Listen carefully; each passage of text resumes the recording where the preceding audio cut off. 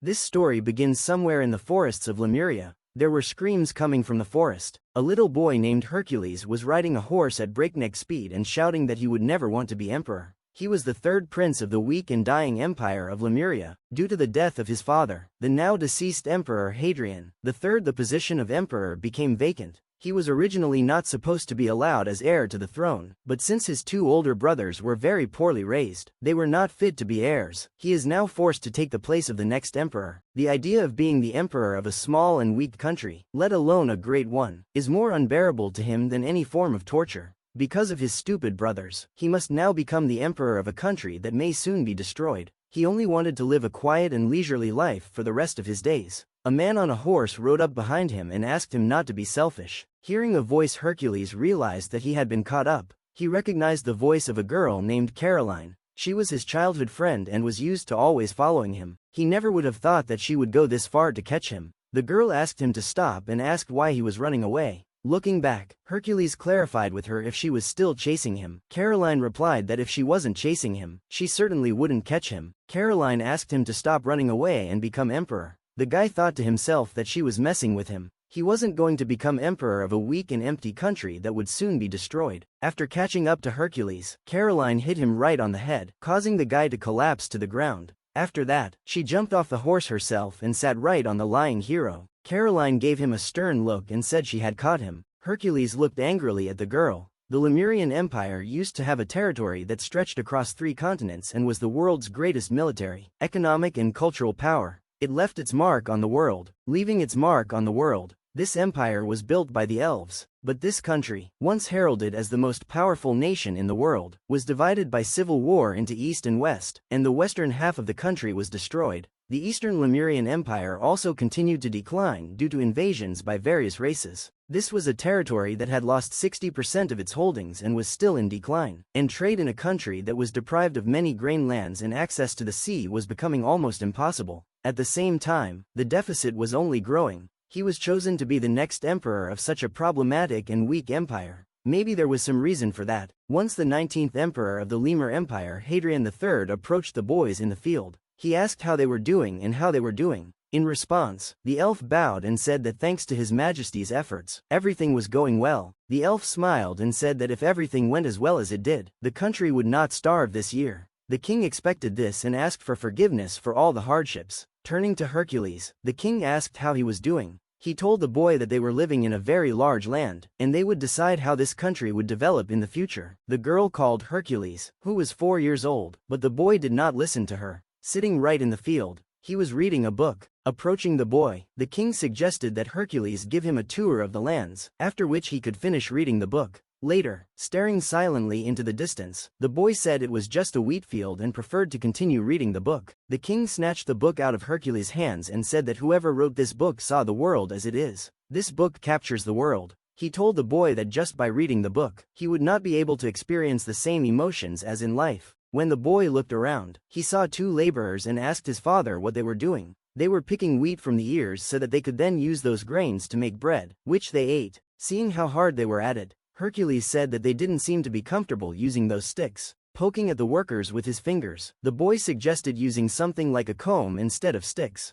The king was surprised and thought for a moment. People would be delighted at how easy it was, and their hands would not get tired at all. You could thresh several ears at once. Instead of relying on the strength of one hand, it is much easier to pull the fruit with both hands, relying on one's own weight. And if a small platform were made, even small children could do it. Hercules smiled and told the king that this would save them a lot of effort and greatly increase their productivity. The king was delighted and told Hercules that this was great, but the king didn't understand how he knew all this. And the boy said that they had been around since the Edo times, and were created by farmers who were creating different innovative tools at that time. But the king looked at him in surprise, not understanding what he meant. The guy was confused and didn't know what to answer, and said that he had read about it in a foreign book. The king grinned and said that his son was a know-it-all. The lad looked sullenly at his father and thought about the fact that there was no such thing in their library and archives. He had one secret. He had knowledge of more advanced science and technology that he kept secret. People often called him a prodigy, and his father gave him everything he ever asked for, but it is because of this knowledge that he is now losing his freedom, and he is greatly overrated. Still sitting on the guy, Caroline asked him to finally become emperor. Looking at the girl's legs, The guy blushed and asked her to get off, her saying she was heavy. Carolina asked him if he would run away again and if she would get off. Not understanding anything she said about feeling something hard from below, Hercules cried out and began to beat the ground with his hand. The girl still begged him to become emperor. He has the knowledge and ability to be one. But the boy replied that it would never happen. He wanted to travel when he grew up. That's why now he was accumulating knowledge, and he wasn't going to become a slave of this country. He asked to finally get off of him, saying that he would not be imprisoned by the emperor. This only meant that he didn't want to be with her. But the guy didn't understand what she meant. She said that she loved this country and wanted to protect it where his father, Emperor Hadrian himself, ruled. She always wanted to see a new Lemurian Empire created by Hercules himself. Drowning in tears, Caroline said she would like to see Hercules become emperor. The boy was shocked. He was confused, and asked the girl why she was crying. Gritting his teeth, Hercules swallowed the lump in his throat and thought he would have to. Exhaling heavily, the boy talked about taking Caroline with him on the trip. After she stopped crying, she wiped away her tears and asked if it was true. Hercules patted the girl's head and said he would do anything she wanted for her. She asked if he would let her read her martial arts book that his mother had forbidden his mother to read. She also asked if he would come to tea and would he become emperor. The boy agreed to everything, but then he saw the girl's angry look that looked right at him. He had just been tricked. Grabbing the hero by the scruff of the neck and dragging her behind him, the guy asked her what she was doing. The girl turned to him and said that a warrior must use any weapon to win, for that was what his father had always said. Caroline dragged the hero behind her, and the boy shouted at her that she had tricked him, and thus he stood before all his subjects. So he ascended the throne safely and became emperor. Sitting in the king's chair and putting his feet up on the table, Hercules contemplated how much it sucked to be stuck in a country like this. The ongoing trade deficit, a territory that continues to shrink due to invasion by other races. Because of all this, the nation continues to lose its territorial viability. The hero could not believe that his father had died ruling such a country. The hero's freedom lasted so little, and so his imperial life began. Then Hercules felt a kind of evil and tense aura from behind him that appeared with a certain girl. She smiled and told Hercules that she was right. The voice said that he was destined to become emperor. This girl gave him a lot of knowledge about the other world, so she hoped that Hercules would succeed. It was true. The hero has a lot of knowledge from the other world, but originally it was not his. The one who owned this knowledge was born and raised on planet Earth in a country called Japan. His name was Soraya Sichi, and all the problems the hero has had so far, he was only able to solve them because he has knowledge from another world. The cause of all this, the work of this bizarre demoness. Angry, the guy asked if she had any idea how much of a headache he had afterward in his other life. He was such a boring and stupid person. Still, this knowledge was certainly useful. Disappearing, the demoness said in parting that she had high hopes for the hero. She said that Hercules was a future great hero. The room became quiet. The boy grabbed his head and screamed. He immediately wanted to abdicate. An elf passing by grinned and said that Hercules didn't look like a man who had just ascended to the throne. It was Hercules' uncle, Christopher Augustus. Hercules asked him if the man was really his relative, although he didn't look like a member of his family at all. Anyway, Hercules was sure that he was the one who suggested the idea to his father. Even though Hercules had two brothers, but his uncle always put him above them. He was like a pain in the ass to him. Christopher said thoughtfully that he didn't recall him doing anything in particular, but Hadrian himself had talked a lot about Hercules. After all, he could talk as early as 3 years old, could read and write. At the age of 4, he had read all the books in the castle, and that was not enough for him, and his father was very happy telling that Hercules studied martial arts one after another without getting tired at all. The hero turned away from Christopher and repeatedly told him to shut up. In addition, the uncle heard that the hero invented sambakoki, thereby increasing the efficiency of wheat harvesting, and since then, their wheat production has been increasing exponentially. Christopher smiled and said that the people and the former emperor were very happy about it. In any case, he felt that his ascension to the throne was the right decision. The boy put his head on the table and dreamed of the rebellion against him. Just then, the door swung open and the man addressed his imperial majesty. Uncle smiled and said that this was the man who was going to revolutionize the atmosphere. Hercules was not thrilled, and thought about how Galfes really always has bad timing. Galfes was the father of Caroline. He apologized to his majesty. He spoke so loudly that the uncle and the hero covered their ears. Galfes told them that from now on, they should always talk to him about matters concerning the administration of the empire. The patriarch of the new Lemuria, Lucanos, came up behind Galfes and asked him not to talk like that. Hercules gave the patriarch a displeased look and asked Lucanos if he had always been here. Lucanos exclaimed to the majesty that he was just awful. There was a maternal relative, a military man, a eunuch, and him the 12-year-old emperor. He was certain that this country was doomed. Rising from his chair, he told the heroes that they could continue to play politics on their own, holding out his crown to them. Meanwhile, all he wanted to do was enjoy himself in the library while everything went to hell. The patriarch smiled sadly and said, there was nothing to be done about it, they would have to rely on Lady Caroline again. Looking out of the library window, Hercules thought what a terrible world he had been born into to become emperor of a dying country, and millions of people cried out to him to save their country. Putting the book in front of him, the guy said that only they give him quiet, peace and rest. There was much knowledge waiting for him outside this castle, but only they helped him to know his true nature. Lifting his head up, the hero smiled. Books were his best partner to get him out of this cramped world. Opening a book, he asked her what kind of world they would offer him today. But no sooner had he immersed himself in that world, than Caroline popped out of the corner and startled the hero. Hercules looked nervously at the girl who exclaimed that he was here again. She had heard about him shirking his job again. Hercules realized that she was already aware of everything. He told her that there were already a lot of people here, so he didn't have to get involved in politics. He also reminded her that he didn't make them all dead. Just the title of emperor was enough for him. Caroline asked him if he understood anything about politics. The guy turned to the girl and asked her what she had just said. Caroline turned away and said she was sorry, despite the fact that he was recognized by Hadrian herself. She called it a shame, for she thought that Hercules could have solved this country's financial problems in an instant. Apparently, she was wrong. After all, Hercules herself was only 12 years old. Carolina sternly asked what his father would think if he heard that. She felt a dark aura behind her getting up from the floor. Hercules asked her if she really thought he was a child. Of course, he knew about politics. He wondered how much knowledge she thought he had about the world. Hercules said it would be easy once he understood fully what the problem was. Turning around, Caroline asked if he could do anything about it. Now, angering the hero, he did agree with her. If she was so insistent on it, he promised that he would improve the financial situation of the empire within 5 years.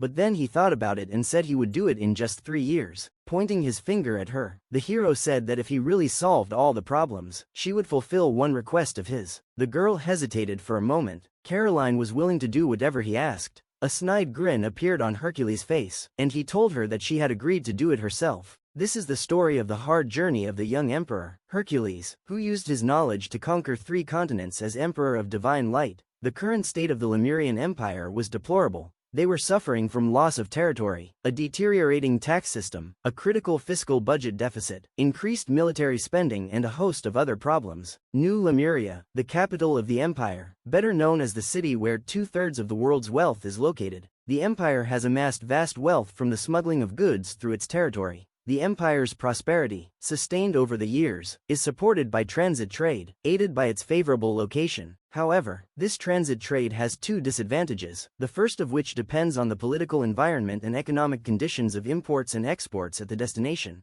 and the second, in this case, all the wealth will inevitably flow through a neighboring country, namely, the greatest empire's main adversary, the Kingdom of First. Hercules looked at the bookshelves, looking for a book. Taking the book in his hands, he opened it. He thought about the fact that the Lemurian Empire needed to find another source of income that did not depend on the transit trade. After he summoned all the heroes, the servants were simply shocked and delighted that he was finally motivated to do it. Carolina, uncle and the others looked among themselves. The uncle wept and told Hercules that now that he had made this decision, he was the very real emperor. They rejoiced that they could prevent the destruction of the Lemurian Empire. The guy looked at them unhappily and thought about the fact that he hadn't even done anything yet. Gilfes stroked his daughter's head and praised her for her work. Hercules looked at the girl gloomily. He remembered his promise to improve the country in just 3 years. Hercules thought of what a fool he was, but there was nothing he could do about it now. The patriarch asked if it wasn't a crazy idea to try to improve the financial situation in just 3 years. Closing the book, the guy agreed with him and suggested he start by exporting goods easily. With the exception of wheat, which is a staple food in the empire, grapes and olives were also grown here.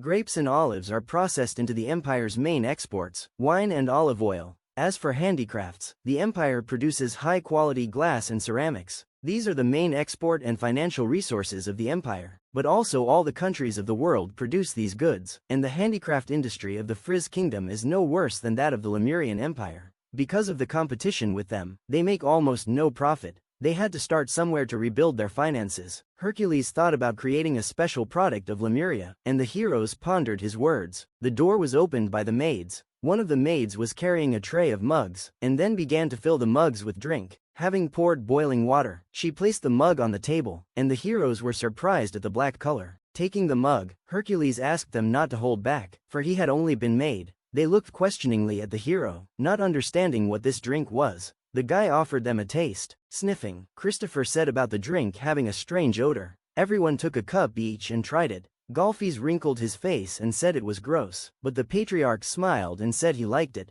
Feeling invigorated, Caroline assumed it was some kind of medicine, as the drink was bitter. Taking the mug from her, he poured milk into it and stirred it, letting her taste it again. Looking into the mug, Caroline was surprised to see a coffee cat drawn. Her eyes sparkled and she smiled. Hercules said he added the same thing to the others' mugs and asked her to try again. Everyone obeyed him and took a couple sips. Golfes was surprised and said that the drink was easier to drink now, but the patriarch still liked it the way it was before, with a mustache like foam under her nose. The girl told Hercules that it was delicious. The boy pointed to the mug and said that this drink was called coffee. The uncle tried to repeat after him. Caroline asked her father if he knew of such a thing, but no one had heard of anything like it. Wiping Carolina's mustache, the boy smiled and said he had learned about this drink on a trip a few years ago. It was grown in the church so that the ministers could be in a state of vigor. For a long time, there are few water sources in this country, and water that is drinkable is very difficult to obtain. That is why the main drinks of Lemuria are grape wine and beer, which can be stored for long periods of time, but if you drink that, you end up getting drunk. So aristocrats who have money drink tea imported from the East, but it's still very expensive because of the imports. On the other hand, coffee is completely unavailable on the market with no established methods of production. Above all, it could be grown under the climate and soil quality of Lemuria. It was only natural that if they marketed it as a special product of the empire, it would attract a certain amount of attention. Things became clear to the heroes. Christopher was in agreement with Hercules that coffee was worth selling as a special product, but still, he talked about how he was not impressed with it. Hercules did not understand what he meant. Just to show them this drink, he bought out a tea set from one of the silk countries in the East. White porcelain that can technically only be produced in the silk lands of the East is very expensive. Surely, the hero knows this. The guy picked up the mug and said that this porcelain was made in Lemuria, from which everyone was shocked again. Patriarch Lucanos said that this was simply impossible, for white porcelain was the patent of the silk country of the East. Even the kingdom of Frizz didn't have such technology, let alone Lemuria. His words did not surprise. The hero Hercules told them that it was bone china made in London around the 18th century. Caroline didn't even know what London was. The white color of this porcelain comes from animal bones.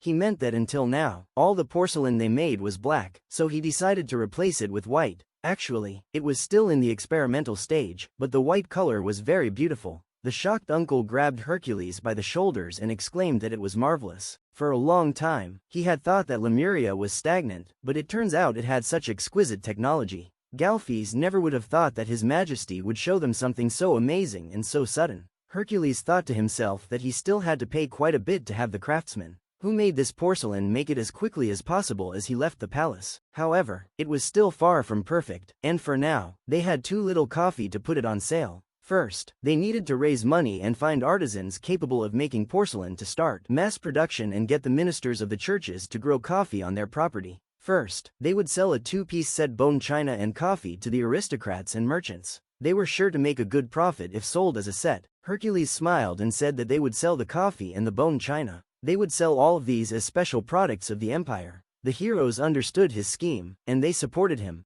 Because of this, they have hope for a small financial recovery. Caroline suggested that they start selling them. The guy thought about the fact that until they established a monopoly on these products, porcelain and coffee would never make a difference. And even if they managed to do so, the empire's financial situation would improve in at least 5 years. But he had to do all this in just 3 years. Now, all Hercules had to do was to dig through the administrative documents. After arriving at the library and finding a pile of books, the boy took a quill and began to draw a chart on a wooden malbert to which a piece of paper was attached. Hercules looked at the image thoughtfully. 3 months after he started digging through the administrative documents, he finally figured out the reason. Taking his mug, he sipped his coffee and looked at the graph again. Sitting around the multitudes of scrolls and books, it was just as he had suspected: increased military spending and worsening tax efficiency. When all the servants were gathered around a table led by Hercules, he motioned for them to begin. He apologized for such a sudden meeting, but the lad was thinking about the urgent need for them to take action against the empire. One of the guys at the table asked if it was normal to have a 12-year-old boy sitting at the head. Carolina looked at him unhappily. Turning to the boy, Hercules told him that he hadn't seen him here before. Worried, the boy held up a clipboard with paper and said that his name was Kroll and that he would be in charge of all records today. Taking the mug in his hands and pointing a finger at Kroll, Hercules asked him to tell them about their taxation system. Kroll read that the imperial taxation system consisted of 6 types of taxes: land tax, per capita tax, trade tax, import tax, military tax and slave emancipation tax. But in addition to this, their state has a monopoly on salt. Hercules thanked him and told him he was doing well, asking him to keep it up. Kroll was surprised that His Majesty praised him. The hero mentioned the tax systems he had just talked about. He told the people that the per capita tax, the trade tax, the import tax, the tax on freeing a slave and the salt monopoly should be abolished and revised. Everyone fell into a deep slump, looking at Hercules in shock. They asked that he repeat all this. People didn't understand. How would they collect taxes if they cancelled them? The guy asked them to calm down and decided to explain it all to them. First of all, it was the per capita tax. The uncle handed the hero a paper with statistics on it. Taking it, the hero said that it was a list about the people in the empire from whom they collected the per capita tax. Holding the sheet out to Kroll, Hercules asked him what he thought of it. Taking the list, the boy noticed that there were too many women on it. Hercules jabbed his finger at him and said that he had hit the mark. Moreover, there are too many people with disabilities. The per capita tax in the empire is higher for men than for women, and the tax for people with physical disabilities is even lower. These reports are simple pieces of paper. A family of 4 men and 2 women can get a tax break simply by writing down that there are 2 men and 4 women in their family. But there are 10 million people in this country, and all the people could not be verified. And since they couldn't verify it, people started attributing visual and hearing impairments to themselves and evading taxes in every way possible. And they succeeded, showing everyone a sheet of statistics. Hercules asked them if they could say with complete certainty that this information was correct. He didn't want a taxation system that couldn't collect taxes correctly. Taking a sip from his cup, he demanded that it be repealed. The council didn't even say anything to him. Kroll thought to himself, this is just amazing. Those noisy bureaucrats were now silent and couldn't say anything. Hercules apologized to Kroll for often talking about everything and asked him to tell them about how the merchant tax was collected. A merchant's tax rate was calculated based on his profits and type of goods. Hercules asked him how they knew the exact amount of his sales income, and the guy replied that they relied on their word. Hercules got as close as possible to Kroll's face and blurted out that that's the point. You can just lie. The merchants were free to falsify figures. They may say one amount of revenue, but in reality, it will turn out to be quite different. It is true that the tax levied on trade provides a significant amount of revenue. They should pay what they earn as a national liability. That is why he is going to change the policy of taxing trade. But given labor time and manpower, they couldn't afford an unannounced inspection. Therefore, it had to be revised. Hercules looked at the sheet, thinking about what they would have next. A tax on imports, which only impeded the flow of goods, bringing only a small amount of revenue to the treasury. Next came the tax on freeing a slave. Slaves were no longer freed in their day, and Hercules was not happy that they still had this dusty system of taxation. He decided they would abolish both. Kroll was shocked. 4 taxation systems were abolished or sent for reconsideration in the blink of an eye. Taking a sip from his mug, Hercules approached the salt monopoly as well. This is a policy that was adopted during the reign of the late Emperor Hadrian. It helped the empire gain a new source of income, and what the empire couldn't collect through the per capita tax, it was compensated for all by the sale of salt, selling at 30 times its normal value. The people needed salt, so they bought it, regardless of the cost. The hero smiled and told the bureaucrats that this was certainly marvelous, but he had found something. The patriarch Lucanos came up behind him carrying a tray in his hands. He took the pouch from the tray and placed it right on the table in front of everyone. The people asked the hero, in amazement, "What is this?" Kroll looked at the sack just as surprised. Turning to Caroline, Hercules offered to taste what the salt tasted like. The girl came up and took the salt on her finger. Tasting it, she said that it was ordinary salt. It was better and cheaper than the monopolized salt. This was illegal salt, and it was much better than the monopolized salt of the empire. Moreover, it was sold throughout the imperial capital at a rather cheap price. The fact that this salt was being sold on the streets only meant that there was someone who was quietly pulling the strings behind him. There was no way he was going to accept that. All the bureaucrats wouldn't even look at him, bowing their heads to their desks. Hercules looked at the bureaucrats sternly and asked if they were mocking his father's tax system. Hercules asked them if any of them bought the monopolized salt of the empire at all. Kroll looked at the reaction of the bureaucrats in horror, and thought to himself that it simply couldn't be, judging from the way they kept silent and lowered their gazes. It was immediately clear that they were buying smuggled salt. Unexpectedly, Hercules smiled and apologized to everyone. The bureaucrats looked at the new king with horror and surprise. It was obvious that this system was unsustainable and bad in every way, because it was only invented to compensate for a broken tax system. Hercules decided to abolish it as well. Furthermore, he was willing to turn a blind eye to the issue of smuggled salt, but he had one condition, and the bureaucrats asked him what that condition was. What Hercules asked was that the merchants form a labor union. The bureaucrats were surprised at this, and Kroll looked questioningly at the hero. When using traditional methods for the merchants, it is obvious that they falsify the amount of income, and it is impossible to keep track of exactly what they do. If they formed a union, the number of people who would have to verify income would be reduced, and they could cross-check between the union and the merchants and between the other unions, which would allow the government to gain some degree of control over the economy through the unions. Kroll's fear was that if a union was established, it would cause prices to rise. If they set a price on one thing, it would encourage others to raise prices so that they could also make a profit. As for the price, they would set the highest price and force the merchants to do the same, but many of them here thought that trade was a nefarious business. The bureaucrat also said that money was not made by simple buying and selling, but by thinking and intelligence. Hercules asked him in surprise how he made his living with such a mindset, with such a thought. The hero said that if there aren't many buyers, then they should just team up with merchants to figure out how to sell them. If you just suddenly raise the price of something, no one will buy it and it will rot. They also know that the merchants have formed their own alliance, albeit unofficially. So Hercules suggested that they use this to their advantage. Hercules waved to the military man that he had attached sheets to each bureaucrat. Hercules told them that he had invented a new system of taxation. He would also like them to contribute to it as well. Now there were no emperors or bureaucrats here. Now they were just at a gathering of people who wanted to restore the Lemurian Empire and those who could do it. Hercules asked them not to be afraid to challenge their decision. In fact, he thought about the fact that bureaucrats don't get much, which surprised people. Therefore, if they were successful in fiscal reforms, he would personally see to it that their salaries were fair. He smiled and asked the defeated bureaucrats to do a good job. All the people immediately became animated and started asking their questions. Thus began a heated debate in the conference room, which continued for 3 days and nights. And as a result, after many revisions and adjustments, a new taxation system was finally established and promulgated throughout the empire. And 2 years later, after the new taxation system was promulgated, the empire's tax revenues increased to about 1.5 times what they had been 2 years earlier, and the use of taxes, such as the staff expenses of the imperial palace, was revised to reduce the expenditure of the national treasury. In addition, all treasures that were part of the imperial household's property and had no historical value were evenly sold. Thus the treasury of the Lemurian Empire safely began to recover, and the new emperor, Hercules, at the age of 14, was firmly supported by merchants supporting national logistics. Caroline's eyes shone, and the girl exclaimed that this was just great.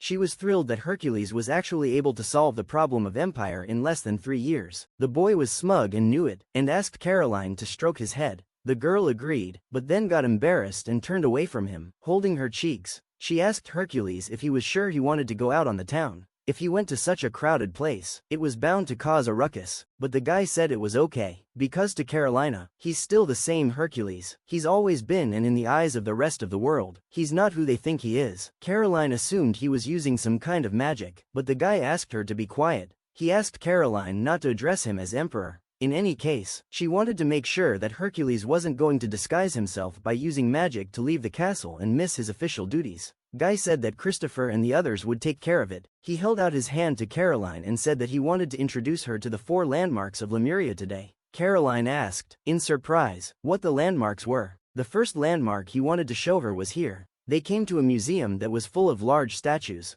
Carolina was surprised at how many pieces of art there were. Hercules told her that this museum was built by him. He asked if she remembered the time when they opened the warehouse, when they were doing the finance check. At that time, he was going to sell some surplus art to replenish the treasury, but there were a lot of things with high historical value and things that were too wasteful to sell. There were so many that they decided to display them here. Caroline noticed a vase and asked if it was stored in a national warehouse. The guy smiled and said it was the private property of an aristocrat. The original plan was to display only art from the castle, but the aristocrats insisted that they wanted to show off their riches too. They will charge them for space and charge visitors for admission. They will make a lot of money that way. Hercules looked at Carolina, who was looking at a certain thing with astonishment. This was not the reaction he expected. The devil came down to him quietly and told him it was so women were not interested in a man's bragging. The boy asked her not to appear so suddenly, but she smiled at him and said she was just giving him advice. The devil assumed that the girl could think like all humans, and it was as if she had not yet grown to love art. She suggested the boy use something simpler.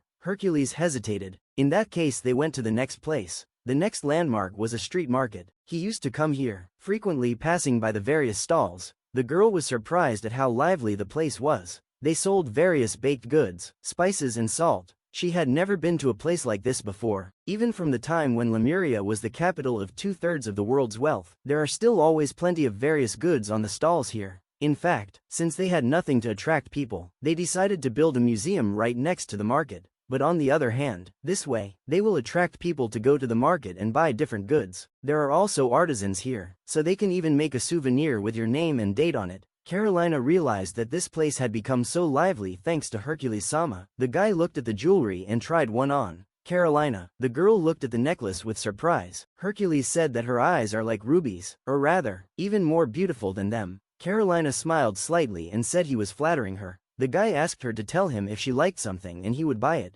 Carolina waved her hands and said that was too much. The girl looked down in embarrassment, blushing. She said she didn't need anything. Ever since she was born into the Galednos family, her military father had only taught her things related to martial arts, all to protect Hercules herself. She was sure she wouldn't look good with any of those necklaces if Hercules gave it to her. The boy looked at her in surprise and assumed that she didn't need a reward from the emperor. The girl was confused, thinking that she didn't mean to hurt him with that. Hercules laughed and suggested that she just accept the necklace, because he just wanted to give it to her. He talked about how Carolina was very pretty and that she would look good in anything. The girl turned away from him, blushing again, talking about how he was teasing her again. The boy smiled, and agreed with her. Caroline took another look at the necklace. There were several pendants, and one of them caught her eye. The guy noticed she was looking at one, and asked what she liked, quickly turning away. The girl was about to leave, saying she didn't like anything. Hercules reflected that with all this in mind, he should not have shown her the aqueduct under construction. In that case, he figured out what he would do.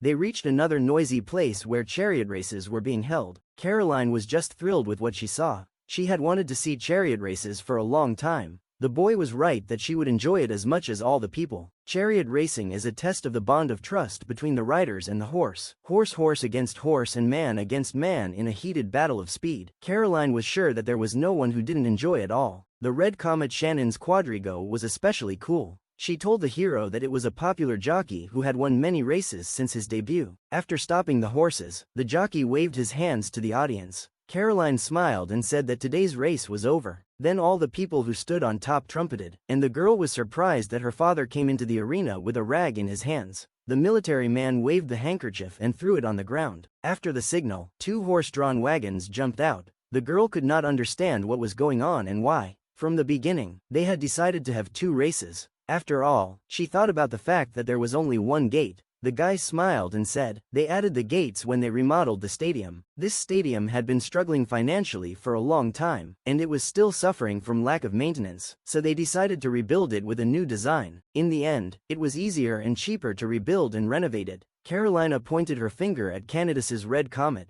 Everyone shouted to him and asked him not to lose. The girl was just thrilled and couldn't believe she was seeing him live. Hercules looked at the girl and thought about how she didn't know all the things he had done yet, but seeing the girl's radiant and happy face, he was slightly embarrassed. Looking away, the boy smiled thoughtfully. Coming down the stairs, the girl was jumping for joy and exclaimed that it was great. She couldn't believe that the red comet had gone for it at the last minute. He had completely lived up to her expectations, and also, Hercules reminded her that she had forgotten about him already halfway through the race. She felt embarrassed, and Caroline apologized by bowing to him. The hero knew it was getting late, but nevertheless offered to walk her to the last place. Caroline wondered what that place was. Hercules turned to her saying that they were going to the sea, which made the girl stand in a stupor. The guy asked her what the problem was, saying it was a classic place for walking and dating. She had never heard of it. The sea is where the sewage of Lemuria ends. It's the worst place to go at all, which stinks, is dirty and just plain disgusting. The guy thought about how these were really the kind of places they chose to date in another world. He told her it was okay, and pushing her forward, offered to move on along the way. He assured her that everything was fine. Caroline covered her nose in anticipation of horror, so she wouldn't smell that odor, and Hercules said they had arrived. The girl opened her eyes. She saw before her a fabulous view from a height where the whole sea was visible. Carolina was amazed at such beauty. Going down to the sea, she noticed that there was absolutely no garbage and that the water was so clean and didn't stink. The harbor used to be full of fish waste, but now it was clean. Hercules smiled and said it was all thanks to the law. Until now, all of New Lemuria, sewage and garbage was dumped into the sea. That's why the harbor was very trashy, and sometimes it caused epidemics. So he built a building to remedy this situation. Caroline asked what this building was, and Hercules told her that it was a sewage treatment plant. It is used to pass all the sewage in New Lemuria through a series of filters before releasing it into the sea. There is also now a law against littering. He was also going to create a new position that would be in charge of garbage collection and cleanup, and in order not to litter the area near the capital, he decided to dump the garbage somewhere far away from the capital. Caroline couldn't believe that he went to all this trouble and made up a law to clean up all the trash. She asked if it was really all that necessary, but the guy said he needed it all. As he approached Caroline, he gently put his arms around her neck and kissed her forehead. He smiled and told her that it was all necessary in order to go on a date with someone he liked, and in that case, it would be nice if the streets were clean. The girl touched her forehead and blushed. Hercules discreetly, at the moment of kissing her, put on the very pendant she was looking at. He told her that this blue stone looked good against her red hair. He thought about the fact that she liked that pendant. Then, as he watched her, Hercules looked the girl in the eye and said that it suited her very well. Shocked, Caroline was happy. She smiled at him and thanked him. The boy smiled and told her that he would like her to do it too. But Carolina did not understand him. He wanted her to kiss his cheek in gratitude, and Carolina blushed. After all, he had worked very hard until today, and thanks to his policies, the sea had become as beautiful as it was. Besides, Carolina said she would do whatever he asked. The girl was shocked. While she was embarrassed and blushing in front of him, Hercules thought about how he didn't want to ask for too much smiling. He wondered if it was too early for Caroline to ask to kiss him, but then Caroline put her hands on his shoulders and kissed his cheek, telling him that he had done a good job. She surprised the hero, but then he thanked her by taking the girl by the waist. They hugged, after which the guy pulled Caroline close to him, putting his hand on her head. A devilish flew past them. Noticing that it was getting hot in here, Hercules cursed at her and mentally told the fucking devil to shut up. So they stood for a while looking at the sea. Sitting at work, the patriarch said he had not seen his majesty today. He was told that he had a date with Lady Caroline, which surprised the patriarch. Smiling, he thought it was nice to be interested in a girl. Caroline's father was uncomfortable when he said that his majesty, who at first showed no initiative in his duties and was idle, had worked very hard until today. So his uncle thought that it was normal that now he just wanted to take some rest. After all, it wasn't long before the war could start. While they were sorting out papers and maps, Hercules showed the girl the beauties of nature. There was some suspicious activity on Person Island. There was no definite proof at the moment, but they couldn't leave things as they were. Something must be done before things took a problematic turn. Hercules' uncle and Caroline's father decided to discuss things with His Majesty. Christopher said he would go first, but the military man disagreed, calling him a smart ass with angry looks at each other. They opened the doors at the same time. They asked permission to take some of his time. A picture appeared before them of a guy lying on a lap of a blushing Caroline and reading a book. She hesitantly asked if he would be uncomfortable reading sitting down. Both were shocked, shrieking at His Majesty. Carolina was frightened when she saw her father. Unperturbed, Hercules put down his book and rested his head on Caroline's lap, saying that they would like to expand the troops kneeling before him. Both agreed with him. Christopher said they should start with the naval troops, and they should have paid attention to the army to begin with. They looked at each other again with disapproval, and Hercules threw himself into Caroline's arms, saying that these old men were scaring him, but the jokes had to be put aside. Last year, they spent most of their increased profits on public enterprises, water irrigation, rebuilding military routes, running aqueducts, fixing public health and so on. If they don't strengthen the backbone of the state, it will simply be impossible to expand the army. The morale of the population must be appropriate, but he planned at the very beginning to increase the military budget. Hercules planned all this, but there was one but he sternly told them that the army of this country was too weak and incredibly disorganized to rebuild. Regardless of the difference of races, bound by the peace treaty, they could just ignore it and start leisurely raising funds themselves.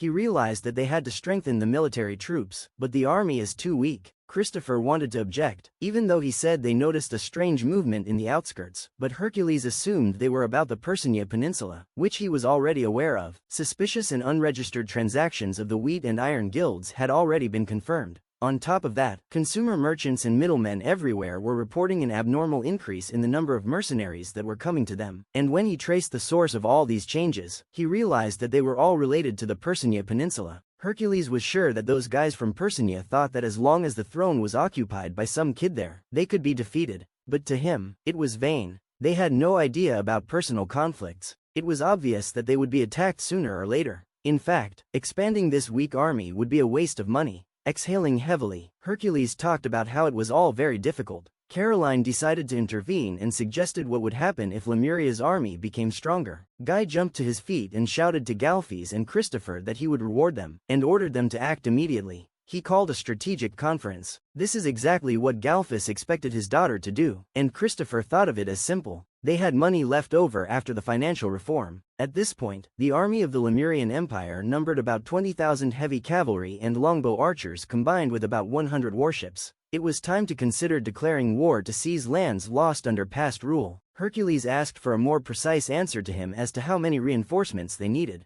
About this, Galfes would like to say that they have enough cavalry for now, but he did not feel calm for them either. At least 10,000 infantry in. But if he could ask for more, 20,000 would be better. Hercules said not to ask him for more. They couldn't afford such a thing. Hercules asked what they had with the fleet. Christopher was satisfied with the state of the naval forces so far, but many ships were at their limit and would be worth rebuilding. In that case, if they cut back on the army's spending, their control over the sea would increase significantly, or rather, they would retain their status. Galfes turned to the Majesty and said that they hadn't had a sea battle in almost 20 years, and now they urgently needed an army. His uncle resented his words. Christopher shouted to him that if they lost control of the sea, they wouldn't be able to defend the imperial capital. He insisted that a fleet was more necessary. Meanwhile, Galfes asked for the army to be reinforced. He was sure that there was no need to mess around with vermin. Their quarrel was not unreasonable, because their troops really should be given a little more attention and money. The military troops of the Lemurian Empire were divided into two parts, the army led by Galfes and the navy commanded by Christopher. Originally, Lemuria had a standing army of 100,000 infantrymen. The cavalry was augmented by recruits or mercenaries from allied tribes. The main army was well trained and quickly adapted to any battlefield, which followed the impetus to direct the course of expansion of the Lemurian Empire's lands. But military strength declined after the collapse of the empire. When the previous Emperor Hadrian III reigned, its numbers were greatly reduced. It came out that he destroyed all the infantry and formed an army based on heavy cavalry and archers who were less flexible but effective in battle. He thought it was a wise decision to organize the army, using these soldiers as a sensitive substitute for horse troops. During this period, the soldiers consisted of half peasants and half mercenaries from allied tribes, and as long as their army is made up of poorly equipped men who only yesterday held the plow, it is simply impossible to win.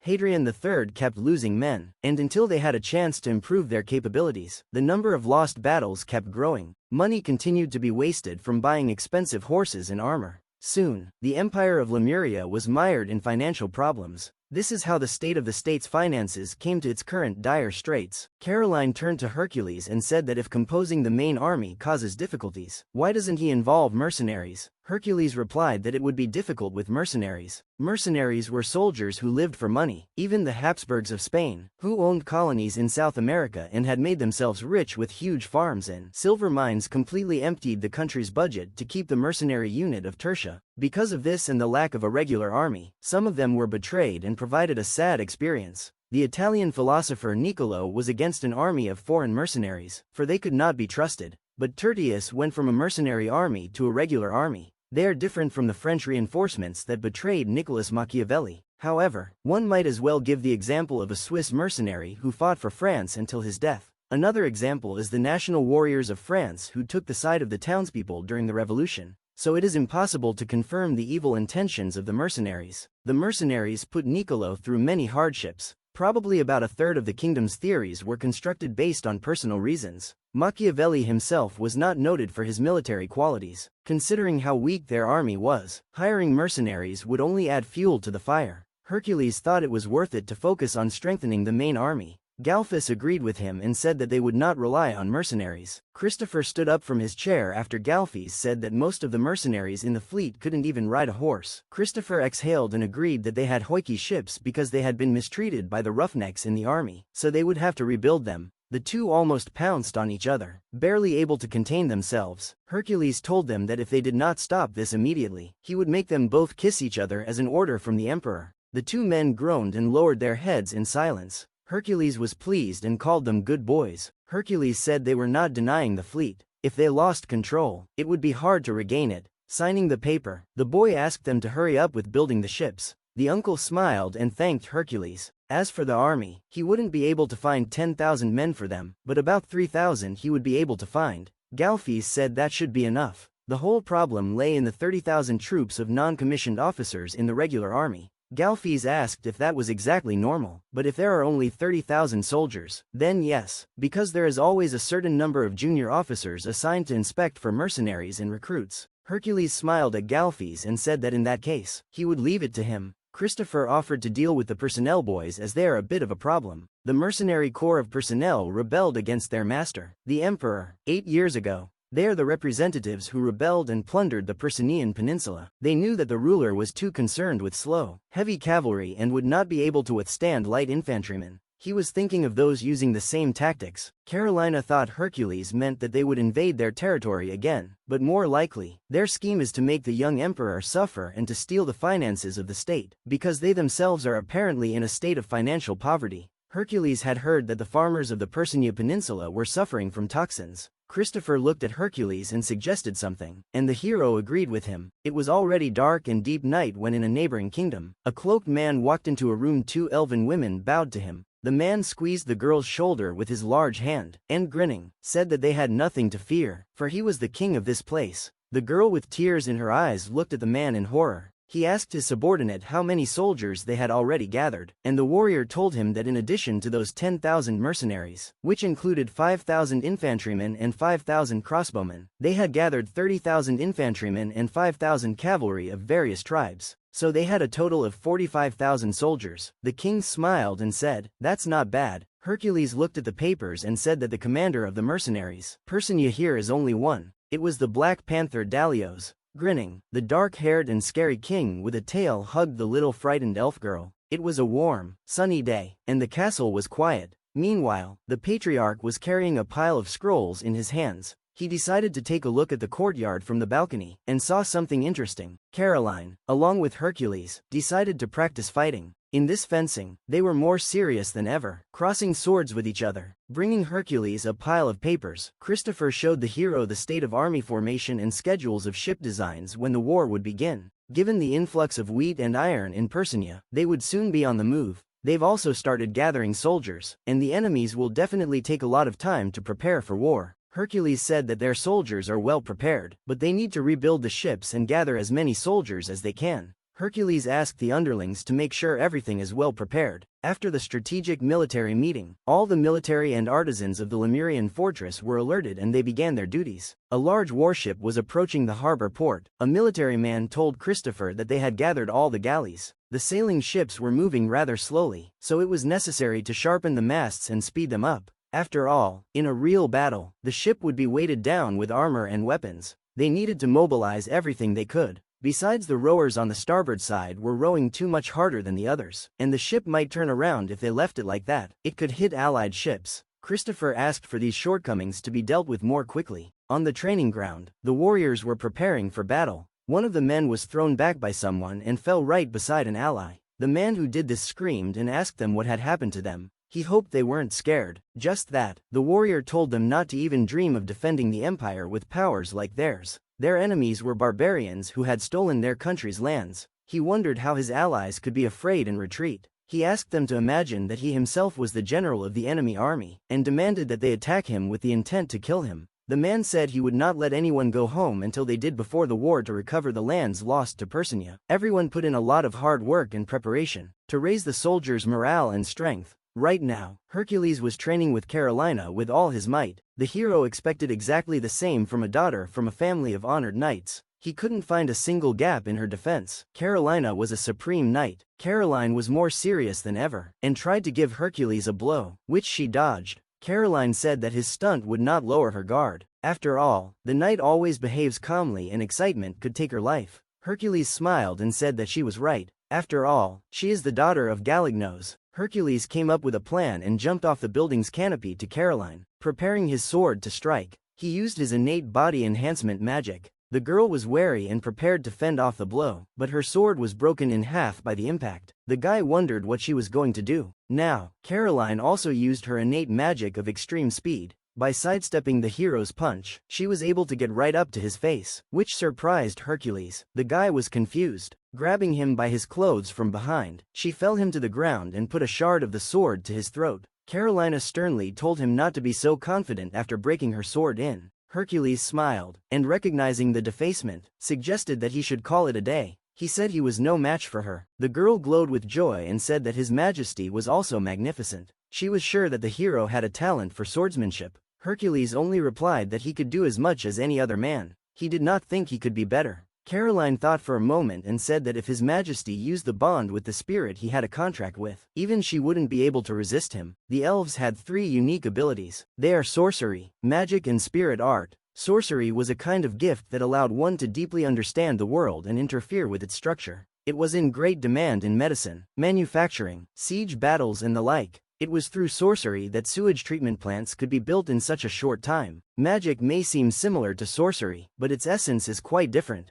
Unlike sorcery, which is not meant for combat due to activation restrictions such as calculation and pronunciation, magic is purely used during battles, without restrictions. However, no matter how much effort one puts into practicing and teaching, not everyone was compatible with magic. Magic could be categorized into 3 main parts. Innate magic. This is the magic you get from birth. For example, the extreme speed that Caroline possessed. This magic increases the speed of the body by several times. Ancestral magic, which can only be obtained through one's bloodline. The Gallignos family and their unusual claim that their sword was created for the emperor fit into this category. Anything they pick up becomes a top-of-the-line weapon. Even an ordinary fork could pierce anything. Hereditary magic is a type of magic inherited from person to person. The emperor was a good example for this. Magic passed down from generation to generation by the emperors of Lemuria. It is the main sign of the emperor's successor. Using it, one can master psychological advantages over other elves. It played a huge role in the discussion of financial reform with the nobles. And finally, the spiritual art. This technique allowed one to contract with spirits for their assistance. Spirits represent power and nature, and through contractual bonding, a person could utilize their power in the spiritual arts. Anyone who signed a contract with a spirit could do so. So there are many values in the countryside. Spirits were often found to be able to predict the weather, but since a contract was being made, the spirits, of course, had to be paid for their work. The downside is that every time you use the spirit's power, you have to repay it. In Hercules' contract, on the other hand, the condition is the source of magic power, and his spirit wouldn't be much help in battle. But the guy grinned and said that it didn't matter, because he felt relieved that Carolina wasn't hurt. Carolina looked at the hero's smirk in surprise. Hercules held out his hand to her and motioned for her to return to the room, asking her to help him stand up. But after he grabbed Caroline's hand, he immediately pulled her to him, catching the girl off guard. He smirked and asked Carolina if this was a good time to use extreme speed. But she said that if she used that skill now, His Majesty would just be blown away, and asked if that was really what he wanted. The hero decided to taunt her, noticing that Caroline was still trying to act calm. He lowered himself even closer to her, saying that his arms were tired. Caroline wailed for His Majesty to stop doing that. The hero smiled and fixing Caroline's hair, said that she was very easy to embarrass. Carolina covered her eyes, and at that moment, the guy looked at the pendant around her neck that fell on her hair. He thought about the fact that the girl was still wearing the pendant he had given her. Grabbing her hand, Hercules slowly reached for her lips while Caroline still lay with her eyes closed. But then the whole moment was spoiled by the patriarch who, smiling and standing at the top of the balcony, said that this is what carefree youth looks like. Caroline was frightened, but Hercules only angrily asked what he wanted from him. The patriarch smiled and apologized. He told His Majesty that Titus had called him. Hercules was surprised to be called by his older brother. Meanwhile, Titus was working in the workshop, and was angry that he had been waiting for his little brother for a whole 10 minutes. 10 whole precious minutes he had spent waiting for him. He thought about how problematic this was, and that His Majesty could have shown a little more respect to his own older brother. After Hercules came to Titus, he had to listen to his brother's indignation. He was resentful for he couldn't concentrate at work when he was expecting someone. However, Hercules' indifference to waiting people could not be changed while he was creating masterpieces. People like him, who were not immersed in art, were only flirting with girls, and those 10 minutes are very valuable to the person waiting. But he doesn't care. Titus thought it a huge mistake if his brother thought of him working the same way as all humans. Hercules told him that in that case, he would reserve a good place for his next exhibition. It was as if Titus had been switched. He put his hands on Hercules' shoulders and said that His Majesty is a very powerful man. He is his dear and little brother. Hercules could not believe that such a simpleton really existed in their world. Titus asked him to sit down while he made him some coffee. After stopping Hercules, he asked him not to sit on just one chair, which he said was unique. It was called the cursed chair. It was the favorite chair of a man who was executed for serial murder, and as soon as he sat on it, the man's undead spirit would kill him. At least, that's what he was told. That chair had caused the deaths of over 50 people. Titus found it horrifying. Hercules assumed it was Busby's chair. Hercules suggested that if that was the case, the chair should be made to hang from the ceiling when on display, and Titus agreed to his idea. Titus was the second son of the Hadrian family, his older brother and the second prince of the Lemurian Empire. He didn't feel any brotherly bond. After all, they were half-brothers and grew up separately, but their views on art coincided, so they often talked. Even though Hercules was just an amateur, even though the younger brother ascended to the throne, their relationship did not change. Hercules asked Titus to listen to him. He asked his brother how His Majesty Hadrian was doing. Titus said that he had not yet gone out into the world. He thought about the fact that Hadrian still could not accept the fact that he was not the one who got the crown. Hercules thought about just giving the crown away, but Titus, smilingly, advised him against it. After all, if he gave the crown away, the kingdom would be over. Hercules asked Titus if he wanted the crown, and Titus said no. He asked His Majesty not to joke like that. He created a place for exhibitions, which was called the Art Gallery Museum. He also discovered coffee, which gave him a cheerful state of mind for a few hours. It's not like he just didn't have time to be emperor. After all, when Titus was done with the sculpture, he had a few paintings to do, and after that, he still had to do the set for next month's concert. He had so much inspiration, but not enough hands. He already had the crazy idea to clone himself. The hero grinned and said that his brother was just like Huyzen. Titus asked him who that was, but Hercules told him not to take it into his head. Just thinking out loud, Hercules was actually hoping for Hadrian to take the throne before they distanced themselves from each other. He wished him a good day, after which he gave him an angry look at the hero. Hercules was certain that Hadrian hated him pouring coffee. Titus said that it was just that he couldn't handle the problem. He was his father's first child, and then his upbringing was not successful, and even if he does care, this problem can't be solved anymore. He still has 2 older brothers. Hercules took a mug of coffee from his brother. The second son of the family is Titus, and the third was Hadrian. As one might have already guessed, Hadrian was named after his father, and if he came to the throne, he would be called Hadrian. The fourth, the father wanted to make his first child his heir. Perhaps this name was given to him with the hope of realizing his father's dreams. However, the father was wrong in his way of love. The father spoiled Hadrian, and he became selfish and turned away from society. As far as Titus was concerned, he did not use his powers for good. He attacked and brutally dealt with the neighborhood children of aristocrats, and each time his father bowed to the victims and their families to hush up the incident. It was also his child could inherit the title of emperor. A long time ago, he smashed up a painting of Titus Hercules,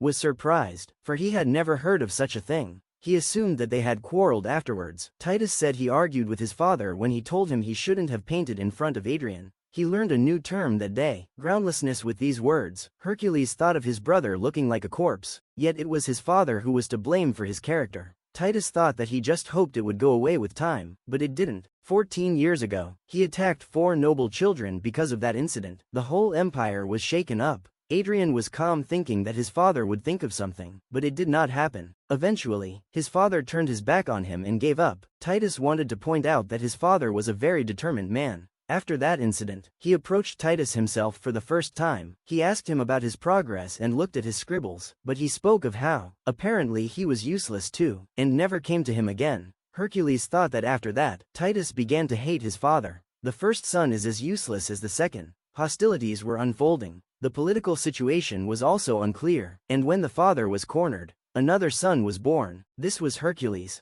He was born at the perfect time, and what's more, from his childhood, he handled everything splendidly. To his father, he was a real miracle. From then on, all his love was given to him alone and completely forgot about Hadrian. That's why Hadrian hated him. Titus smiled nonchalantly and said it was a happy ending. Hercules was shocked by his carefree attitude, and asked, what was so happy about it? It was the opposite of problematic. On top of that, the father was terrible at parenting. Titus said that wasn't true, because Hercules was the result of his success. He avoided all the mistakes made with his first and second sons. The heirs of royal families are true creations achieved by the bitter experience of previously born children. If a masterpiece was born from the beginning, no one would have to suffer. Also, Hercules was able to build such social infrastructure as a sewer cleaner. The hero sipped from his mug and sullenly thanked him for these words. Titus asked His Majesty when he would finally get rid of Hadrian, since no one knows when his power-hungry older brother will behead him. But Hercules was not going to do that. As long as he behaves calmly and quietly, he will not touch him.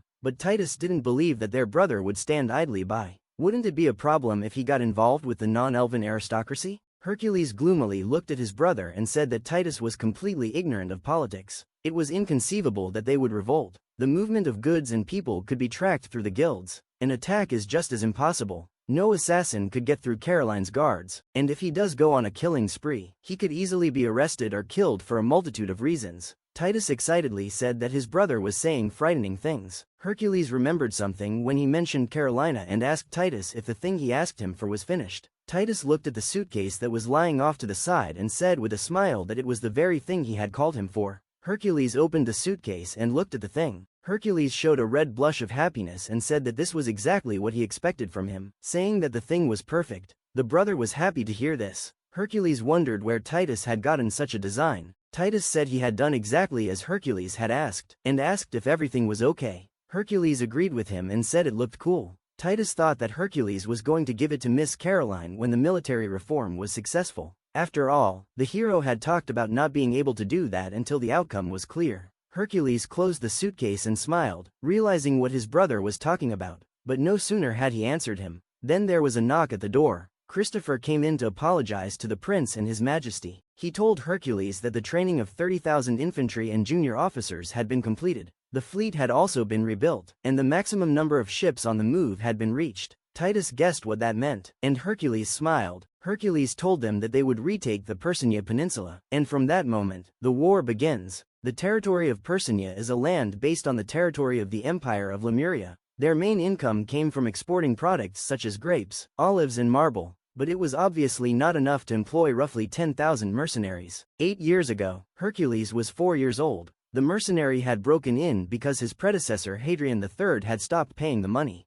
agreed upon in his contract with the mercenaries to quell the rebellion. He took command of the troops and started a war, but he was defeated by an army under Dalios. Eventually, peace was established, but they had to sacrifice the peninsula of Persinia. Since then, the Persinia Peninsula has functioned as a state in a state of de facto and ruled by mercenaries. They stole, dominated, oppressed and coerced, thanking the tyrant Dalios. At night at Persinia Bay, the sea was calm and glistened in the moonlight. This night, the lad was drinking in the inn, admiring the beautiful night, but here, all the tranquility was disturbed by some noise coming from the windows. He heard the sounds of cannons and people fleeing into town from the coast. The military watchman of the tower ordered everyone to go to their places and make quick preparations. The whole horizon of the sea was in enemy ships that were coming towards the city. In the city, desperate people sat against the walls of a building with their heads down. A soldier passed by, and a child tried to hold on to him. He asked the soldier to spare them, but the soldier only silently hit the boy on the head. Meanwhile, in the enemy's castle, a royal dinner was being held.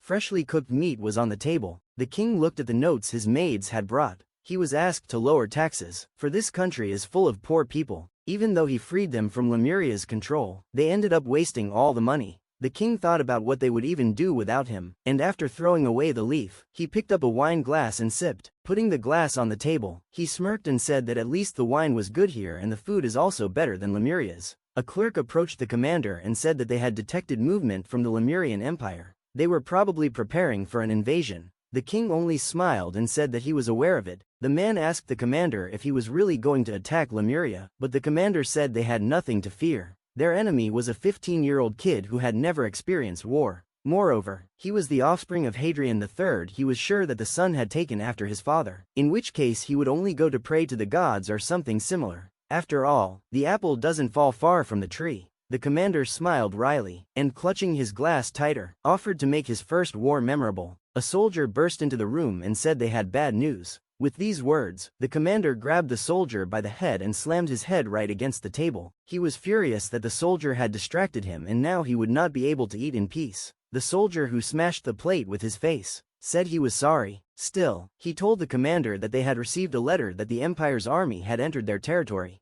The two maids looked at each other in horror, and the commander looked at the soldier with some surprise. At some point, he snapped out of his seat and swept everything off the table in a rage and shouted about what was happening here. They decided to attack unexpectedly, but the commander had already realized this and asked the soldier where the invasion started from. Then the commander was suddenly told that Personia Bay had fallen under the onslaught of the Lemurian Empire's army. As if maddened, the commander broke out in a gloating smile. He called Hercules nothing but a little rat. He realized that Hercules knew that Personia had no ships. The fact that they were preparing to attack from the land turned out badly for them. If they had any ships, they would have held them off until the troops landed. The commander ordered the soldiers to be summoned more quickly. In such a case, if they are now in Personia Bay, they can go to two places, either to the fortress where he is or to the capital. The commander was in the fortress, but now they would have to travel quite a long way to get here. Walking long distances in heavy armor would only lower the physical strength of the soldiers. And since he's thinking more about strategy than Hadrian III, he probably won't make such a stupid move in a surprise attack. And if Hercules wants to stay on the plus side, he will head for the capital.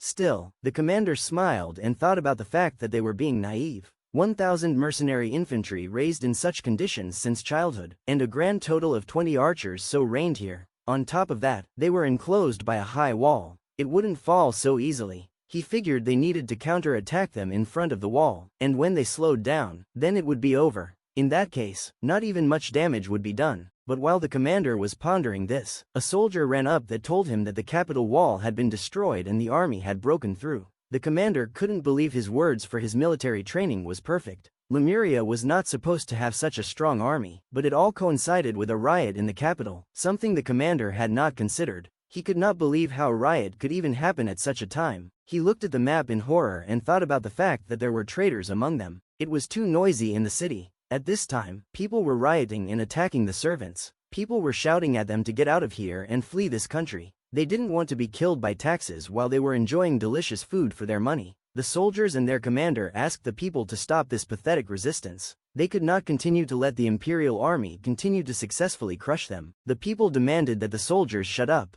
They would rather give these lands to Lemuria than live like this. They demanded the soldiers to get out of here. The angry commander ordered the soldiers to quiet the people. One of the soldiers drew his sword and stabbed the rioter standing directly in front of him. He stabbed him several times before he fell down. Another soldier ordered all the castle gates to be opened for the imperial army to enter. Looking at the city and everything that was happening from afar, Hercules grinned and was willing to bet that the panther said something like an apple that didn't fall far from another. He wondered what it would be like for him to have an apple pressed against your tail while the emperor was rejoicing. His handmaiden noticed that Hercules was apparently very proud of himself. Caroline, that stood behind, asked him, how come this invasion went so smoothly? But for Hercules, everything was very simple. He gestured something like money. Dalios hired mercenaries who had been raised in such conditions since childhood. These guys are very loyal to him, so if he tried to defeat them, they would take revenge. But there weren't enough loyal mercenaries to defend the cities, so Dalios hired some more mercenaries from abroad.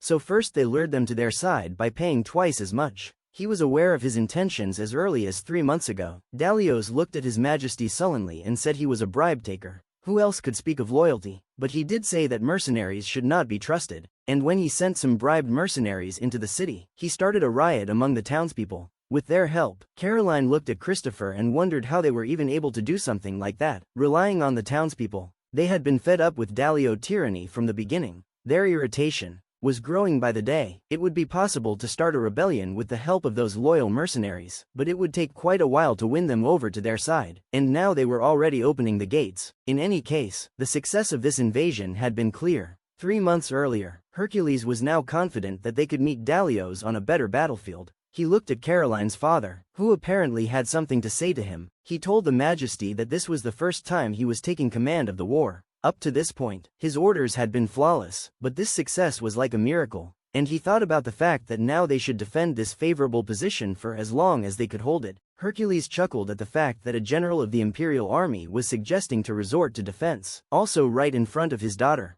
To him, he was acting like a weakling. The general looked angrily at the emperor, but the emperor only said that they had a good chance of winning. The Persian Peninsula was the territory of the empire until the last 8 years. Based on the information he got from the merchants, all he could say was that its geography hadn't changed much, but the general was doubtful, and said that they could have been bribed by Galileos. Hercules, smilingly, told him that he was very careful, and handed him a wrapped paper. Hercules said it was a map of the Persian Peninsula. He found it when he fell asleep in the castle library after comparing it with the trader's information. Everything almost matched. He pointed his finger at the map and said that the day after tomorrow, Dalios would attack this town to retake it. He suggested starting the attack with archers using the hill as a base. There was a river flowing on the other side of the hill, so they would only need to defend the front and rear. Hercules asked to give the soldiers time to dig trenches and defend themselves. This would be enough to compensate for the lack of soldiers. Hercules asked the general to calm down, saying that he was not like his father. When he was 4 years old, his father brought him to the battlefield for the first time. Even then, he was wearing heavy armor. After losing many battles, he learned many ways to escape, and eavesdropped on his and his father's conflicts.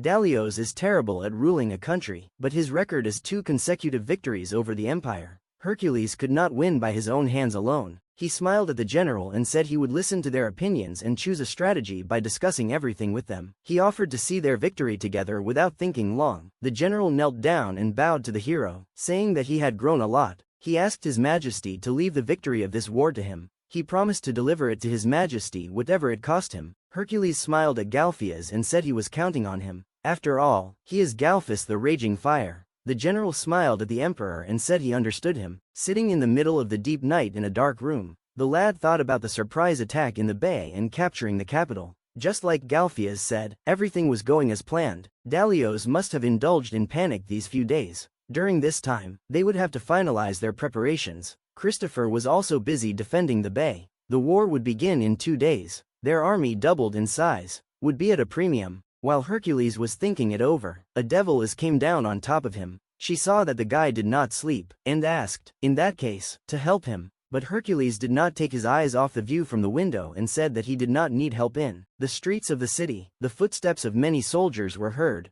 General Panther ordered them to move faster. He was no longer going to dance to the tune of Lemuria gritting their teeth. Hercules and Panther thought of one thing. They both underestimated each other. An enraged Dalios said something about killing Hercules. Hercules was looking out the window thinking about what move Dalios would make, ignoring the fact that the devil hugged him from behind. The rule of triple attack said that the attacking side needed 3 times as many men to defeat the defending enemies. The rule said that it was better to defend than to attack. However, the attacking side has a much greater choice of location and timing of their attack than the defending side. The implication is that it can be said that it is easier for the attacking side to take the initiative of war than for the defending side. Hercules believed that they would strategically attack and tactfully defend and win. That's roughly what their fight would look like. Carolina didn't understand when she asked him if the enemies would then take the initiative. But the truth is that both sides, both defending and attacking, can take the initiative on the battlefield. Hercules smiled and said that it was impossible to say for sure about them, because they neither defend nor attack, but he would easily let them attack. Apparently Dalios' management has made the townspeople hate him accordingly. His weakness is that he dominates everyone at the expense of fear. When the mercenaries realize that the war is a losing one for them and no one will help them, they will flee to the desert. Caroline asks Hercules why they would do that. Wouldn't it be easier for the soldiers to rally around their leader? But Hercules reminded her that war is a business. They couldn't be loyal enough to someone to commit themselves to war without a chance of winning. After all, they couldn't be trusted. After all, money decided everything. Caroline puffed up her cheeks, and the boy stroked her head. He said that an oath to one's country and the desire to give one's life for it was fundamentally different from an army of such soldiers. He thought about the fact that Dalios wanted to defeat him as soon as he could, and he didn't care how disrespected his position was. Therefore he felt that they needed to tease him. A beast with big eyes announced to Hercules and Caroline that enemy soldiers had been detected. An army of soldiers was advancing on them. From the front, the entire field was covered with 40,000 soldiers. The time of the decisive battle had arrived. The soldiers looked at the field and talked about how those damned traitors had finally appeared. The general pointed his finger at the flag that had a black panther on it. Hercules also saw it. The intimidating General Dalios led the army and rode ahead on horseback. The front line consisted of 28,000 mercenaries from across the border. Their flanks consisted of about 5,000 light cavalrymen of various races. And finally, the rear was covered by 4,000 well-trained infantrymen and a crossbowman group of 3,000 riflemen. Hercules realized that the information completely matched what he had learned from the bribed mercenaries. In total, they had a cavalry of 8,000 soldiers, 15,000 infantry and 5,000 longbow archers, totaled 28,000 soldiers. All of their soldiers in numbers barely equaled their infantry, but they did have an upside to this defense. They were stakes and trenches. If they went straight across the river, they would obviously be pelted with arrows like raindrops in a storm. Dalios would try to rush in. Hercules didn't think about the fact that he had many options other than just going straight through. But if that happens, it will all depend on the actual strength of their opponents. Hercules addressed everyone and said that today would be a new page in the history of Lemuria. After this battle, their empire would be reborn. He shouted to everyone that they would take back their territory Persinia, and the soldiers cheered him on. Panther looked angrily at Hercules from afar. Taking out his sword and raising it above him, he said he would make the hero regret it. He lowered the sword in front of him, and all the warriors threw themselves into the attack. The warriors of Hercules shouted to the others that they were being attacked. Hercules shouted to the archers, and they began to aim at the enemies, after which arrows rained down on the enemies. Those who could use summoning magic summoned the spirits of Vert and asked them to dance in the middle of the arrows. Many large butterflies appeared at the same time. They flew together with the arrows at the enemies, whereupon the arrows pierced the enemies to death. Dalios was not surprised. He only saw the same actions. They used the spirits for defense, to attack from afar themselves. Elves were famous for their shooting abilities, so they could easily fire 10 arrows in a minute. As far as could be seen, they had about 5,000 archers. This meant that 50,000 arrows would fall on them every minute. Dalios thought about the fact that, compared to their archers, the enemy ones were worse at penetrating armor. But if 1,000 arrows are aimed at the face or an exposed part of the body, it's different. 500 in a minute, 1,000 in 2 minutes, and in 10 minutes, 5,000 soldiers are dead or incapacitated. Even without critical wounds, the arrows kept raining down on the enemies. This should have been enough to break their morale. Soldiers were begging for help, some retreating with an ally on their shoulder. They didn't want to die like this. The soldier being carried by his comrade was hit by arrows, and then he had to leave him behind on their way to retreat. The soldiers ran into their general, who was angry that they were weak and ready to surrender. He asked the soldiers what the hell they were doing. In a rage, Dalios told them that he would not let his money go to waste. The soldiers were simply terrified, but they had no choice but to attack the enemy again. Hercules understood and said that those who ran at them would be killed one way or another, but they held on better than he thought, and thus could reach their archers.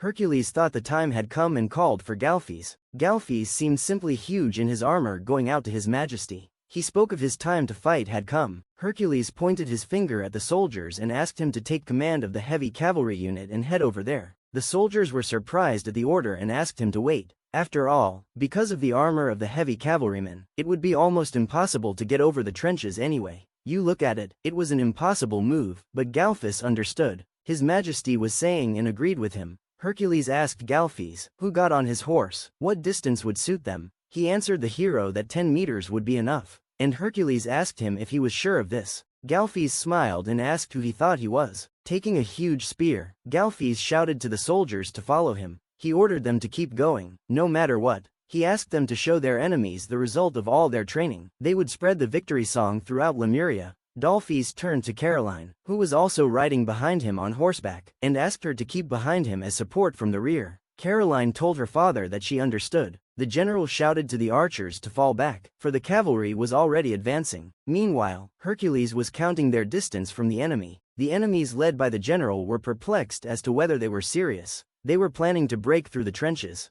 Dalios was sure they were overestimating their horses and armor, but then he ordered them to halt and recall the soldiers. Now, when the distance reached the 10 mark, Hercules shouted for them to act now. He ordered the spirit of Asmodea, the devil is to cancel the illusion. The devil is obeyed her master and cancelled the illusion. Immediately, the barrier between the opponents disappeared, taking the enemy soldiers by surprise. Galfes shouted to Caroline that His Majesty had removed the illusion technique, and the girl understood him. The daughter and father shouted about tearing them to pieces and burning everything with just a single voice. They summoned the spirit of Oligos and the spirit of Ammon. The spirits that appeared began to sweep away everything in their path. They broke right into the middle of the enemy army. Caroline and the spirit killed the warriors that got in their way. Hercules shouted to them to go forward. The cavalry easily demolished the infantry soldiers that got in their way. Caroline shouted to the troop to march forward. Only Dalios grudgingly said that they couldn't make it that way. Who would have thought that Hercules would be able to hide his offensive routes so well with the technology he had invented? He found it hard to believe that he was the son of such a fool. He didn't understand how a hawk could be born from a serpent.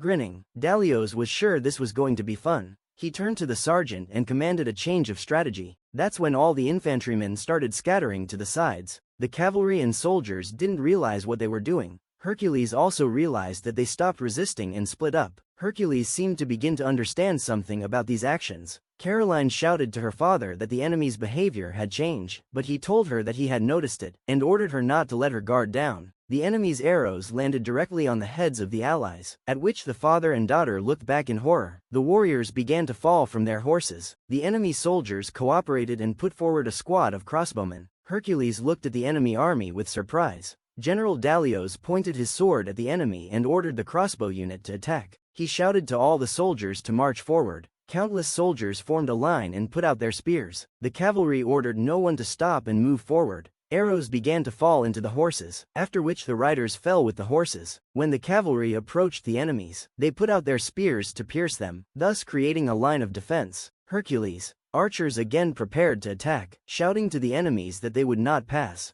But the enemies came closer and closer, and the soldiers shot the enemies almost point blank. Carolina was frightened, and Galfes noticed that their cause was not good. They were beginning to be driven back. Hercules was told that the first and third units had broken through. The infantry tried to handle the situation, but they couldn't hold off the enemies for long. A soldier begged Hercules to give the order to retreat, but Hercules remained silent. Hercules realized that Dalios wanted to destroy them with heavy cavalry. He divided the central infantrymen and sent them in different directions. He then dispatched crossbowmen and spearmen, thus making it difficult for their cavalry, which was already exhausted by the constant maneuvering to move. In addition, by doing so, they blocked them with a wall of spearmen. Even if they could contain their spearmen and crossbowmen, if they used light cavalry, it would cover their flanks and regrouped infantry. Then they would be trapped. Hercules looked carefully at the enemy army. General Dalios smirked, for he was sure that Hercules had no backup plan. The soldier didn't understand what Hercules was talking about and why he was acting like that at this moment. It was at this very moment that he saw Hercules smiling, as if he was pleased with himself.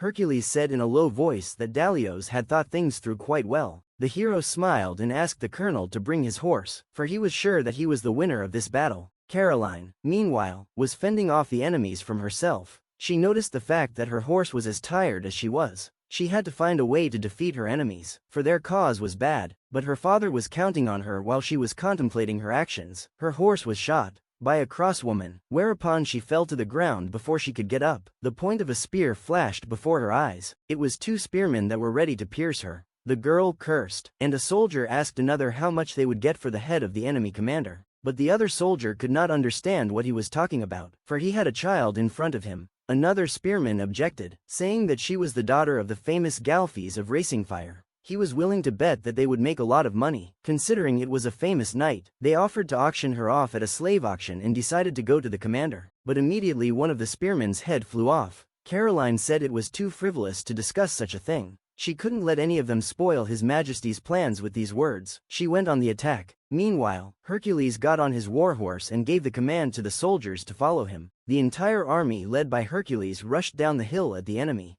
Dalios grinned and assumed that they had all decided to go to certain death with their precious army. However, Lemuria only had about 10,000 soldiers and no more. But even if there were a bit more, Dalios was sure that nothing would change from that, but they turned out to be much more. The entire field was dotted with warriors that appeared on the horizon. General Dalios looked at the enemy army in horror, perplexed as to where such numbers came from. The enemy infantrymen were terrified, for they didn't think it would be like this. Another soldier shouted that they didn't sign up for this. They didn't want this for any money, so they decided to get out of here. Ignoring Dalios, who was yelling at them, the soldiers rushed as far away as they could. Pantera ordered the soldiers to return to their positions, saying that it was the spirit of illusion, but no one heard him anymore. Gritting his teeth, the general cursed, still unable to believe that Lemuria had so many warriors. Caroline also noticed that the enemies were beginning to retreat. As she watched the fleeing soldiers, a voice called out to her. It was Hercules, who held out his hand to her and asked her to grasp it. Grasping her hand, he pulled her close to him. As they hugged, Caroline said she was sorry, but Hercules said it was okay, and that she had fought well for her first battle. Sitting in front of His Majesty, she asked him to ask her something she didn't understand: why he was hiding how many warriors they had. She thought about the fact that their outcome of the battle might have been different if they had initially fought at full strength. But Hercules only glanced at the cavalry and with a smile, suggested that they might have been bribed mercenaries. But this proved to be only an illusion which began to fade away. Carolina realized that it was an illusion. The devil is hovered over the guy's soul and said that an illusion like this would require a proper reward. Hercules grudgingly told her that he knew about it and asked her to disappear. In reply, the spirit of the devil has smiled and said that in that case, it would come for him. Later, Hercules told Caroline that it is hard to destroy 40,000 warriors, one at a time. Once the enemy loses the will to fight, victory was already in their pocket. Dalios would not be able to organize a competent defense after such a rout, and the outcome of the battle was already obvious. He shouted to Galphias that it was time to retreat and return to base, but it was as if Galphias had been replaced. He turned to Hercules and intimidatingly spoke of trusting Caroline and the soldiers to him. He wanted to stay here for a while and finish his business. Hercules understood him and asked to make sure, in such a case, that there was no tail behind them. He asked the general not to overdo it, and he promised to try. And so the first war under Hercules as Emperor of the Lemurian Empire ended, and this war was ended with complete victory. After the heavy battle, Hercules' army began to clean up and put the weapons into boxes. It was also necessary to remove the bodies of the dead and deal with the injured. Hercules, meanwhile, was writing his report when he was called out by Galphias, pulling open the entrance to the camp. He told the hero that they had brought him in. Hercules thought about the fact that the enemy general would behave differently and resist, but surprisingly, he was quiet. But the panther said about the fact that after such a crushing defeat, the remaining soldiers would not follow him. Unfortunately, they were not bound by either authority or bloodline. The general looked bloodthirstily at His Majesty and told him that he had completely underestimated him. It was a complete rout. He asked to be allowed to take the blame for this rudeness. Galphias couldn't understand how he dared to speak so arrogantly while bound, but Hercules smiled and said that this time, victory was his. But he asked Dalios what he thought about if it had been a direct clash on the plain, then Dalius would have won, which he answered. Galphias looked at Hercules shocked, not realizing what he was saying. Hercules laughed and said he agreed with the panther. Having had his first fight with Dalios, he had learned a lot. He realized that he had just surpassed his predecessor. He hearkened back to the fact that Dalius had admitted his guilt and wanted to hear the terms of the people treaty. The general said that His Highness would get all the lands, but in return, he asked for the lives of his close subordinates, whom he had raised since they were small children, to be spared. Galphias was shocked by his words. Galphus called him a bastard and asked him to imagine how much havoc they would cause if they left them behind. The general said that in that case, they could deport them only. They followed the panther to the last with the rest of the troops in him. They could do whatever they wanted. He offered to hand them over to the mob or personally avenge the previous emperor. He asked them to do whatever they wished. Galphias thought it over and agreed to spare the lives of his subordinates. Galphias wanted to oppose his decision, but the hero had one condition. It was impossible to assess the damage they brought to the empire, as well as its national prestige, and a bunch of heads of his subordinates wouldn't pay it off. Even his head being turned into a ball by 10 million inhabitants wouldn't be able to recoup at all. In that case, the panther asked Hercules what he wanted to do to him. Hercules smirked and said that he would become his vassal. Everyone looked at him in shock. Caroline and her father were just horrified. Galphias asked the hero, flashly, what he was saying. The panther laughed and said that the one was really unusual, but he didn't expect it to be that unusual.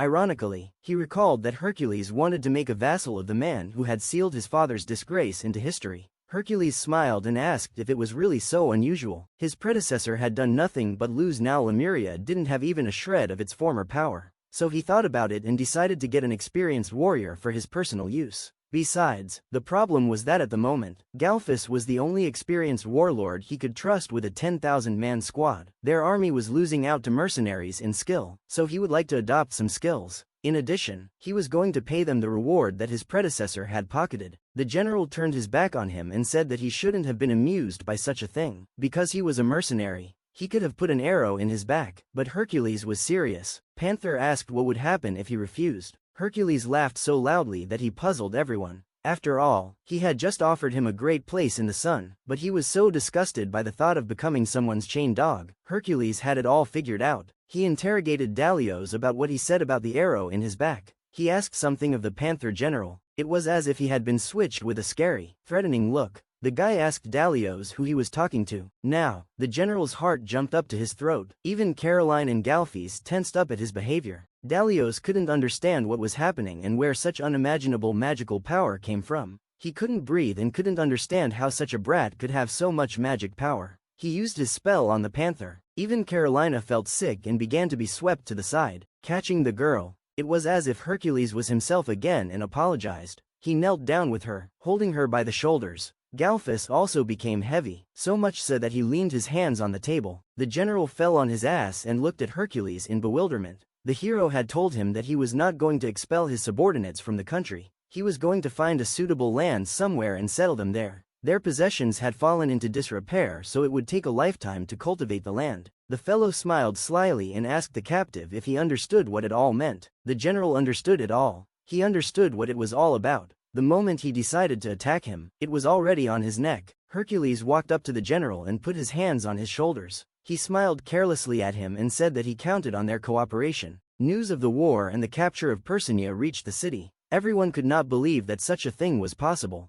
The people that were in the castle were running through the corridors and demanding to start preparations for the banquet and all to announce this news to everyone. Breathing heavily, Hercules' older brother broke a vase of flowers kneeling before him. The man told the majesty that if he raged, he might be heard. He clutched his clothes with his hands, not believing that such a small country could win. Hadrian said in a rage that he was far better suited to be emperor than his brother. The whole city welcomed its emperor. Everyone was happy and eagerly awaited the appearance of Hercules at the entrance of the city. It was the triumphant return of the hero to the rolling fruition of fruition. The brave warriors threw battle cries. Everyone shouted for glory to the emperor. This was the victor's reward. Charista and Galfes were overjoyed at the applause. Caroline and Hercules also waved to the people as a greeting. The patriarch and others were already smiling and waiting for his majesty. Hercules asked if everything was fine here. While he was gone, Titus told his brother that everyone had worked hard. The patriarch smiled and said that they were already aware of his accomplishments in Persinia. They were all incredibly pleased. Hercules wasn't surprised.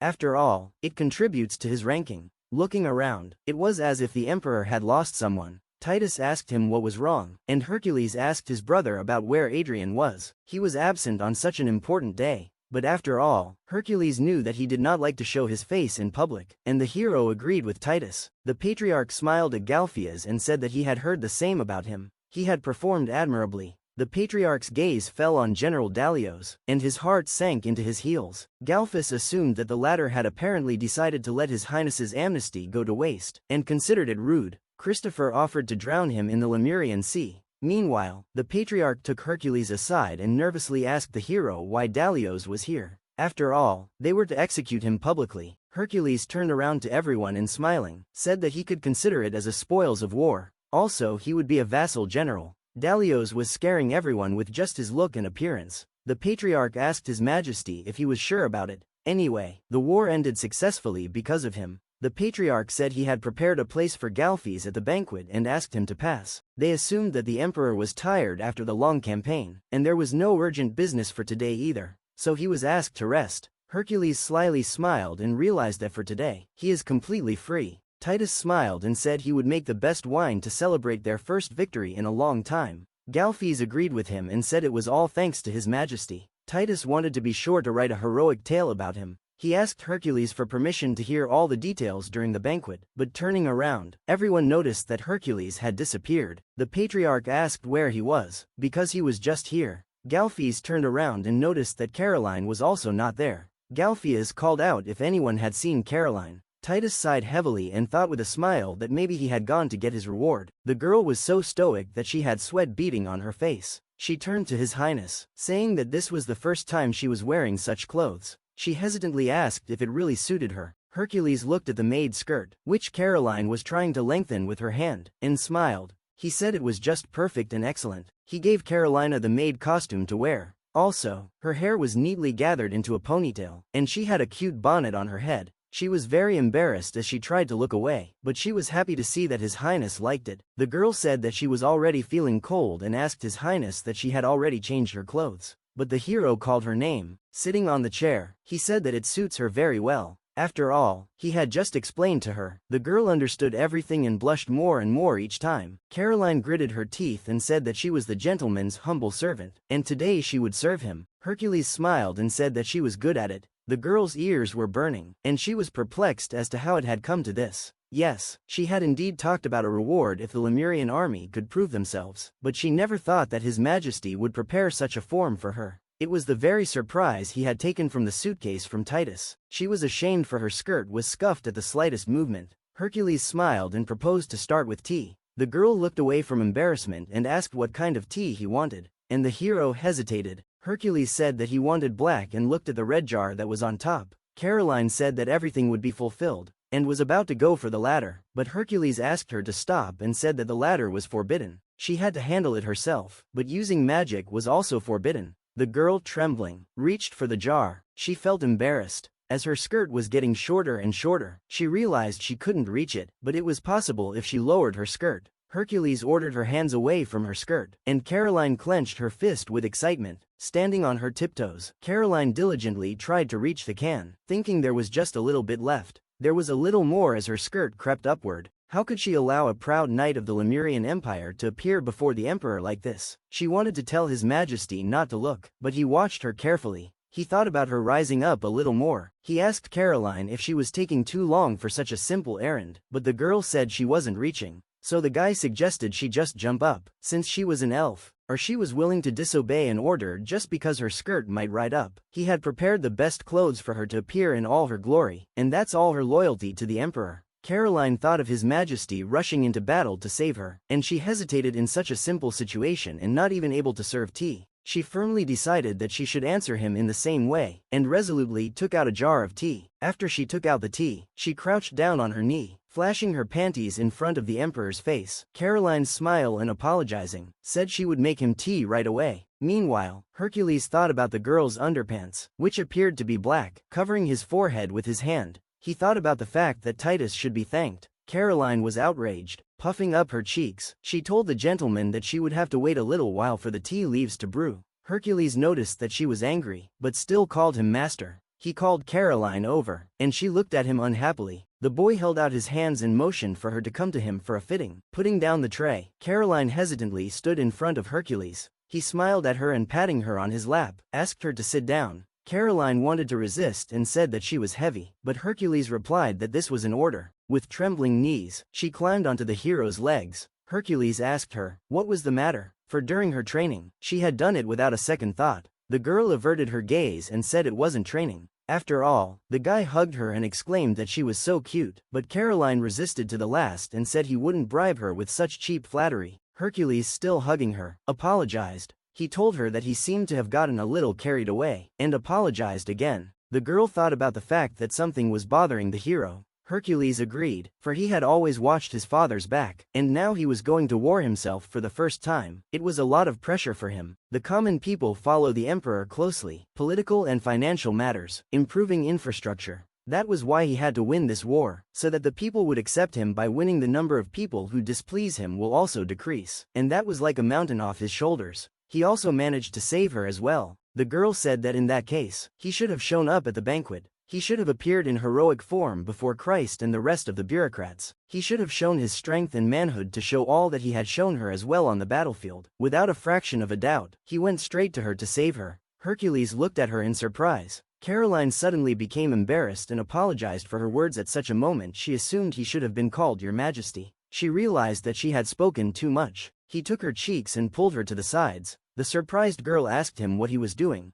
Amused, Hercules smiled and said that she was right. If he did that, Christ would not pick on him, but he asked Caroline to be his maid a little longer, getting as close to her face as possible. Caroline smiled embarrassedly and happily agreed. It was deep night, and the moon appeared from a thick cloud. Hercules was called by a voice for which he opened his eyes. Someone was calling for his majesty. A dark haze like a fog appeared before him. It was a deviless sitting on a guy wearing a light cape and underpants. She asked him if it was true that this night was beautiful. She looked at the guy with a smile and said that she was here to fulfill a contract. The hero was not surprised to see the girl in front of him. The deviless grinned and said that she woke him up more than once. But he did not wake up. She had time to think that he was dead. But the hero didn't realize what she meant. Noticing that they were now in her dream, the deviless realized that Hercules was exhausted, but the contract must be fulfilled. She wanted to get what she needed. As always with those words, she leaned over to the hero and kissed him on the lips. Her name was Asmodeus, and he was the only one who could see her. She was his contracted spirit. She used to be a cherub, but she had become a fallen angel, transgressing beyond the mortal sin of lust. Now she was a demon. Among the 72 pillars, she is the 32nd. Her rank is queen. Those who made a contract with her were given a huge advantage in return. However, she absorbed too much mana and more 5 years ago. The patriarch praised the hero for the work he had done, saying that a great future awaited him.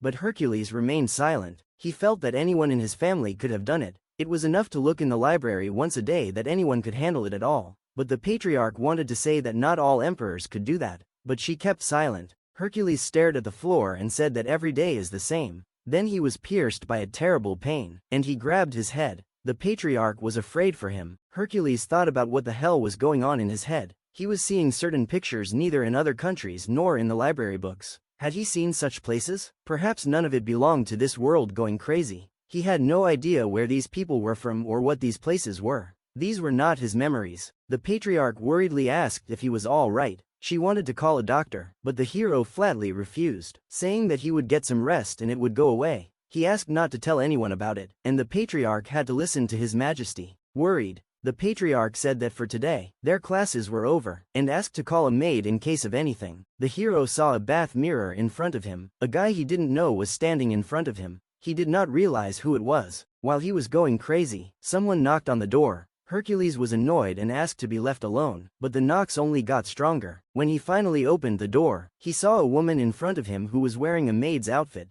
She smiled evilly at him. Hercules thought to himself that it was the new girl. He asked her if she had been taught manners. After all, she had forced open his door with her insistent knocking. The deviless was still smiling the same way. She was a little surprised at this greeting. She seemed to realize she hadn't chosen the best outfit, and instantly turned to a nightgown and erotic panties. The guy stood in shock, abruptly closing the doors behind him. The guy didn't realize what was happening or how she could see the same clothes as from his memories. Behind the doors, the devil giggled evilly, hovering over Hercules. The woman couldn't stop being amused by the surprised faces of the people. The guy didn't understand how she did it, but the devil said that he seemed to have that guy's memory. The hero didn't understand what she was talking about. It was like she knew he was tormented by the question of who was inside him. She asked not to worry about it, because those memories didn't belong to him. This man, from his memories, was from a completely different world. They were his memories and had absolutely nothing to do with the hero speaking of another world. The guy thought she meant another kingdom, but she was talking about a completely different world, a different planet. This world was from a completely different timeline. The guy didn't understand how she knew all this. And the woman smiled and said that she was the one who fed him these memories, but she assumed the hero didn't remember it anymore. Hercules grabbed his throat as if afraid of being strangled. When he was just in the bud, she had implanted that man's memory into him. She wondered which one of them would survive, but it seems the man without ambition didn't stand a chance of defeating him. Vain and ambitious with a sense of entitlement. In the end, his soul disappeared, and his memories and experiences were passed on to him. Now he was himself, and that guy's soul was no longer a threat to him. Hercules thought about it and said that something was bothering him. He didn't understand why she had chosen him. Several 100 years ago, there was a man who united all the people of Lemuria and founded a monarchical country. He was, after all, her former master. His new approaches to country building had surprised her more than once. She could not let his country fall. Therefore, eventually this man would have died for nothing. But his knowledge is truly colossal, and his mind is outstanding. He could be a savior and a ray of light for Lemuria, so she used him. But what was most important now, they had to make a contract. The hero looked at the devil incomprehensibly. She still had the same evil smile, and apologized for not introducing herself. of the 72 great spirits. She is the 32nd queen named Asmodeus. The hero was horrified, for Asmodeus was one of the great evils of mankind. As he tried to open the doors, he thought about the fact that if he made a contract with her, he would be finished, but the doors would not budge or open for him. In panic, he started beating his fists on the doors, trying to call for help. While he was screaming, a woman touched her palms to his head. She threw him to the ground, grabbing his hands and told him that they were in her dream, and no one could come here in the real world. He was just sleeping. She got close to the guy's face and said she was going to make a man out of him. The guy gritted his teeth in anger and asked who would do such a thing. Asmodeus looked bloodthirstily at the guy and giggled again. She decided that this was fine. After all, she loved people who had life beating out of them. She wondered how long he would last. What happened next? He didn't remember very well when he woke up. It was already morning, and he was lying in his bed, lying on his pillow. Beside him was a devilish woman that laid her hand on his chest. After the contract, he became a perfect toy for him. Guy asked her to stop. He still had a persistent feeling like there was a swarm of bugs in his stomach. The streets of the night city were almost empty. Only one man was sitting on the ground as if waiting for someone. A hooded man appeared in front of him and asked if he had the item. The guy demanded money. First, the hooded man held out a sack of jingling coins, after which the elf gave him his item and said that it was none of his business. Now, the hooded man looked at the small thing in his hand and thought it was all for the sake of the empire. Hercules and Caroline were drinking and having fun at the banquet. Behind the castle pillars, hidden in the shadows, stood Hercules' older brother. After gloomily and quietly observing the situation in the hall, he creaked the door and entered the emperor's room. In front of him was a pillow with the emperor's crown on it.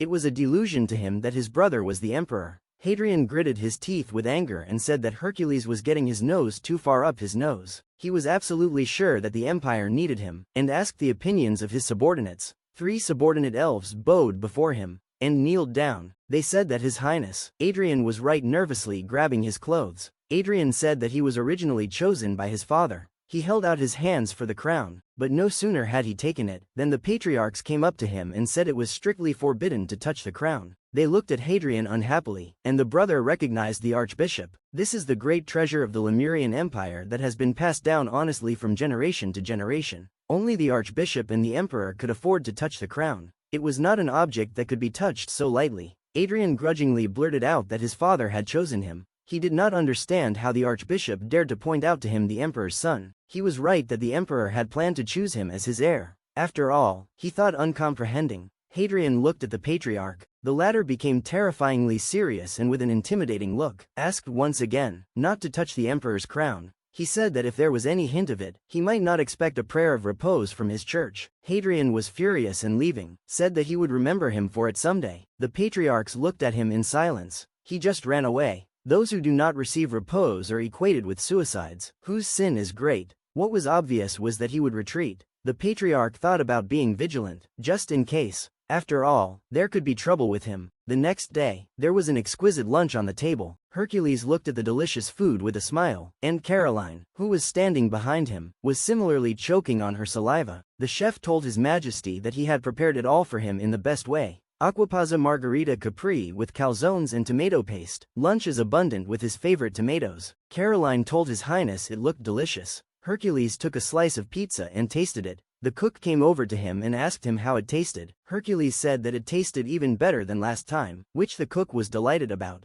His words were a delight to his ears. He said he would try even harder to make food that would make him tear up with happiness. Having cut back on infrastructure and palace maintenance, he used his money for other things. Cooking. The chefs used only the freshest produce from all over the empire, and cooking was done by the best family of cooks that his father hired. That was why all the food in front of him was the best in the world. However, the boy noticed something. He said that it was all getting stale, and the cook was shocked. He was upset, and assumed that the Majesty didn't like the food. But that wasn't the case. He liked those tomatoes at first, the pizza and the soups. Everything was delicious, but the flavor hardly ever changes. So he had gotten sick of this food by now. The cook snickered and asked how that was the case. Carolina asked if he would like to taste anything else. Hercules thought of that guy's memories and wanted to taste the same thing. Hercules called this dish curry. The cook immediately went to the kitchen and said he would make him curry, but Hercules said it was a different dish. Curry is a common name. It uses many different seasonings and spices. It is boiled, fried and sometimes cooked with fruit. The main spices were cumin, coriander, cardamom, turmeric, chili pepper, allspice and so on. There were times when black pepper and cayenne pepper were added. Caroline was surprised that there was even such a food. The cook said that all those spices were pretty spicy. Hercules thought about the fact that if all these spices were familiar to the cook, he would be able to make this dish, but judging by the look on his face, it would be difficult to reproduce everything from memory. Hercules allowed that way to look for spices outside of their empire. Hercules introduced their new cook, named Nala. Nala said hello, in front of everyone. The cook was shocked and asked the emperor what this slave was doing here. Hercules said that he wanted to taste curry and that all the spices could be obtained in their country. So he brought their cook as well. It was true that he was a former slave, but the Church of the Messiah had converted him to their faith and he was now free. Nala went up to the cook and shook hands with him, calling him a superior. Nala was glad to know him. The cook noticed that he spoke courteously. Hercules smiled and ordered him to get down to business. The cook asked His Majesty to wait. As the head of the kitchen and one who serves for the good of the Lemurian palace, he still had pride. He could not let an unknown person into his sanctuary. He asked to at least test the newcomer's cooking skills and then make a decision. Hercules agreed with him, and he had an idea. He gathered the judges from his subordinates around 2 tables, and when everything was ready, he said that he had assembled the best jury for the good of the palace. He told his subordinates that it was time for the tasting, including him. There were 7 people on the jury. They had to satisfy each of the languages for formality. He hired now, as the court cook. Caroline smiled. She wondered what curry tasted like, but Hercules told her that he wanted to find out himself. Caroline's father had tasted the food of the Sindelians and looked forward to it, but for a mere bishop, a meal with lots of spices was an unacceptable luxury. Panther warned sullenly that he would not let them try to slip him any junk. The cook, who sat on the jury, did not understand what he was doing here. Canol came out with a cart of food and apologized for the wait. Opening the dish right in front of the emperor, Hercules' eyes shone. Everything looked very delicious and gorgeous. It was curried chicken and butter spinach curry, and also kamai curry and tandoori with chicken. The characters also said that the smell was very pleasant. Christopher started to get nostalgic about his times. Caroline was delighted and said it looked very appetizing. Pantera sighed and said the dish was too hot. The cook still looked at the dish in front of him incomprehensibly. The bishop smiled and offered to offer prayers to the Lord first. The patriarch thanked the father for the food and said they would graciously accept his gift. All the heroes prayed and asked that the food on this table be blessed, that they might support their bodies and their spirits. The prayer was ended. Hercules smiled and said it was time to begin tearing off a tortilla. He thought about where he should start. He dipped the tortilla in one of the curries, and was the very first of all to taste it. Caroline and the panther watched him with interest. Canal asked His Majesty how it tasted, and Hercules' eyes lit up. He said it was delicious. He insisted that everyone tried the dish. Everyone decided to try a different one, some with spinach curry, some with tandoori chicken and some with chime. After 30 minutes, everyone was done with their food. Caroline was still munching on the food, talking about how delicious it all was. It was just an exhilarating flavor. It was that Sindelian cuisine. The patriarch was eating everything and talking about how you can't do that. You can't eat food that good. Now, worriedly, asked General Pantera why he wasn't eating, and he irritably said he was waiting for the dish to cool down. Nal smiled, and the cook noticed that everyone seemed to appreciate his cooking well. He looked at the food in front of him, wondering what the food tasted like from the stranger. Truth be told, spicy wasn't to his liking, but he decided to give it a try. After trying it, the cook was extremely surprised, and so was Hercules the hero. Thought about how the food would still be much spicier, but it was still delicious. Nail apologized and said he cooked it according to his own recipe, which surprised Hercules. As the emperor knew, it is very hot in their country, and they are cooled by cold sweat. And when you eat spicy food, you sweat a lot. That's why their curry is so spicy. When you eat curry, you sweat and it gets cool. But he didn't know how the locals felt about spicy food, so he added some apples and honey. Carolina admitted that she would have preferred a sweeter flavor, but even so, it was delicious. Canal was pleased that even here, they knew about the cuisine from his parts of the world, and he also enjoyed watching the satisfied faces of those eating his cooking. The cook looked at the boy in surprise. He remembered how he had been called a useless wastrel as a child, how he was told he would spend his whole life peeling potatoes. He was called a redneck and told to mind his own business, but he decided that he would make a delicious meal for the emperor someday. Hercules smiled and said it was time to pass judgment. He asked for a show of hands for those who would like to taste Nala's cooking again. All the subordinates would like to taste his spicy food again, and raise their hands. Caroline would like a sweeter flavor, and raised her hand.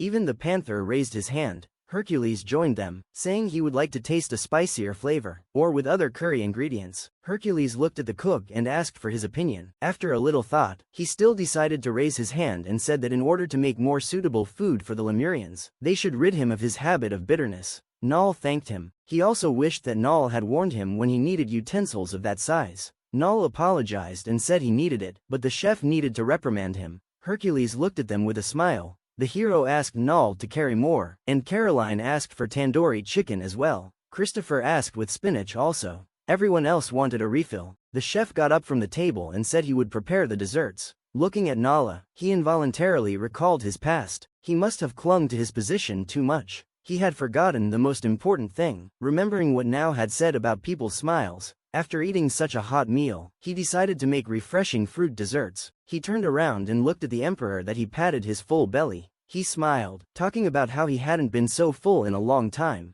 The cook apologized and said that the desserts were ready. Hercules' eyes lit up with happiness again. He served Hercules a fresh melon. The hero tasted it and said it was the most needed thing after the spicy curry. He admitted that the melon was the best. Caroline laughed at him. Canal served the melon to the rest of the jury, but the panther looked the plate unhappily and incomprehensibly. Hercules had already finished the last piece, but then Hercules noticed the liquid and shouted and ordered no one to eat. It all became alarmed, and the cook looked at the emperor incomprehensibly. Caroline wanted to run up to Hercules as she was turned around by the panther and struck in the upper part of her body with her fist. Everyone watched in shock as Carolina threw up right on the floor. Carolina's father grabbed the panther by his clothes and asked what he was doing, but Hercules demanded that it stop. The melon was poisoned. The entire staff was in shock. Everyone was talking about His Majesty being poisoned, but people did not talk about it loudly, for it was not allowed to be talked about. They had heard about the poison being in the melon. They wondered how he felt, and they wondered who had done it. The girl walked forward with a determined step, tapping her heels against the floor. The elf tried to catch up with her, asking the princess where she was going. She needed to talk to Hercules, but she couldn't do that, for the previous emperor had forbidden her to do so. But Eudocia, the mother of the three princes, was against it.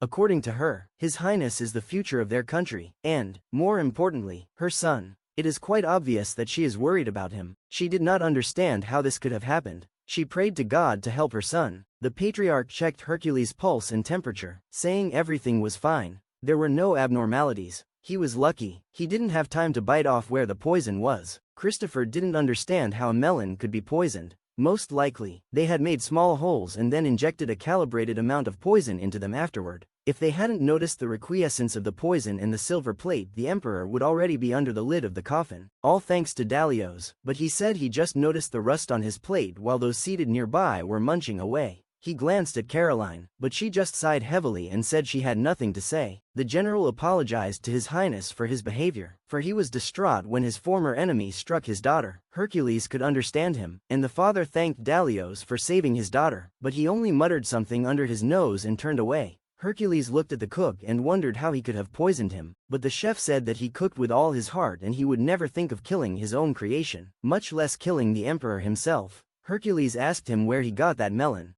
He told the emperor that Hadrian's aide, Mr. Domnico, had brought it. They met him in the corridor as he was on his way to the kitchen. He told him it was to celebrate His Majesty's victory. In all likelihood, he was an aristocrat close to Hadrian. Assuming this was the work of an aristocracy left dissatisfied that they could no longer pocket the money. Quite a possible move. Since then, he had sided with Hadrian. The patriarch thought about it and had something he wanted to tell Hercules, though he wasn't sure what it would prove. After listening to him, Hercules understood everything. The general was shocked by his story, not understanding how Hadrian wanted to touch the crown. After all, it is a crime. Christopher understood why he was not present during the banquet. The patriarch offered to find Dominic, but Hercules said that it would be useless and they would not find out anything. After all, he is in charge of importing and exporting fruit, arranging an interrogation. They will not achieve anything. The chief kept begging me to believe him. He didn't know the melon was poisoned. He begged us to believe him. Canal was on the chef's side, saying he was a good man, who even shook his hand. But Hercules grimly said that he knew it, for he had just been taken advantage of.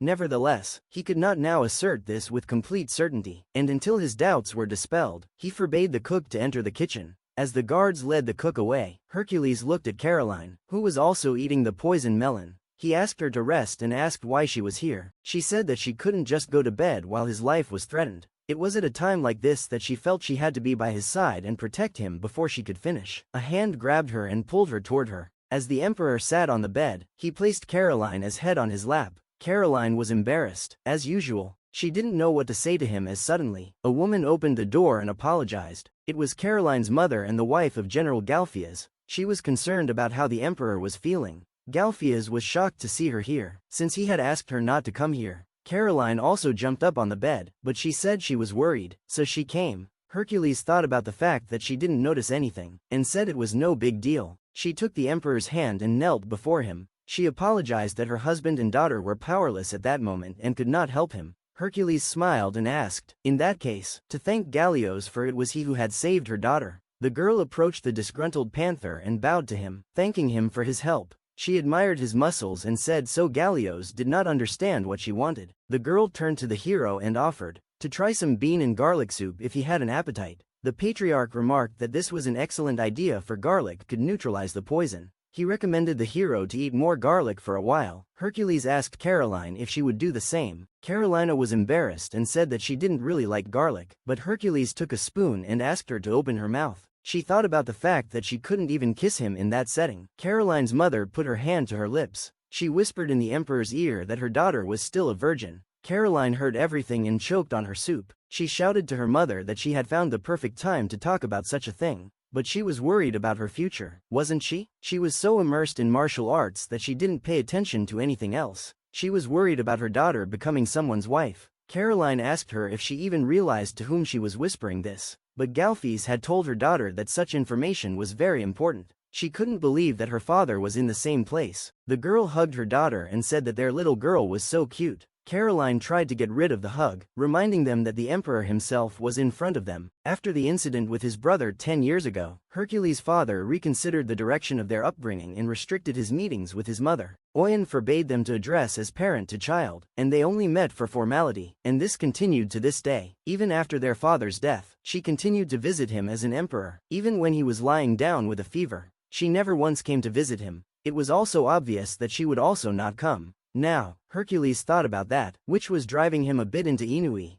But no sooner had he thought about it than he heard his mother's voice addressing his highness by name. A servant walking behind her apologized, saying he tried to stop her, but she wouldn't listen. Hercules looked at his mother in shock. Christopher tried to tell his sister that by doing so, she was resisting the previous king's order, but the woman asked him to be quiet, telling Hercules that she needed to talk to him. Hercules ordered them to stand back. He realized that he wasn't just running a fever. Now they were trying to kill him after all, and she would, of course, rush to her son when he was in such danger. She bowed to her son and said she had come here to talk about what had happened today. She asked if the person who did it had been found. Hercules was pretty sure that his brother was involved, but he had no proof yet. To his mother, they are both equally her children, but his brother was out of line. Even so, Hercules was certain that the mother would do the same as the father had once done. The woman appealed to his majesty. She asked him to take pity on him, which surprised the hero. She spoke of how he had tried, every day, to become what he was now, and she was the one who always looked out for him, and she came here to tell him that. The mother was certain that the brother had acted impulsively, but had no desire to cause harm.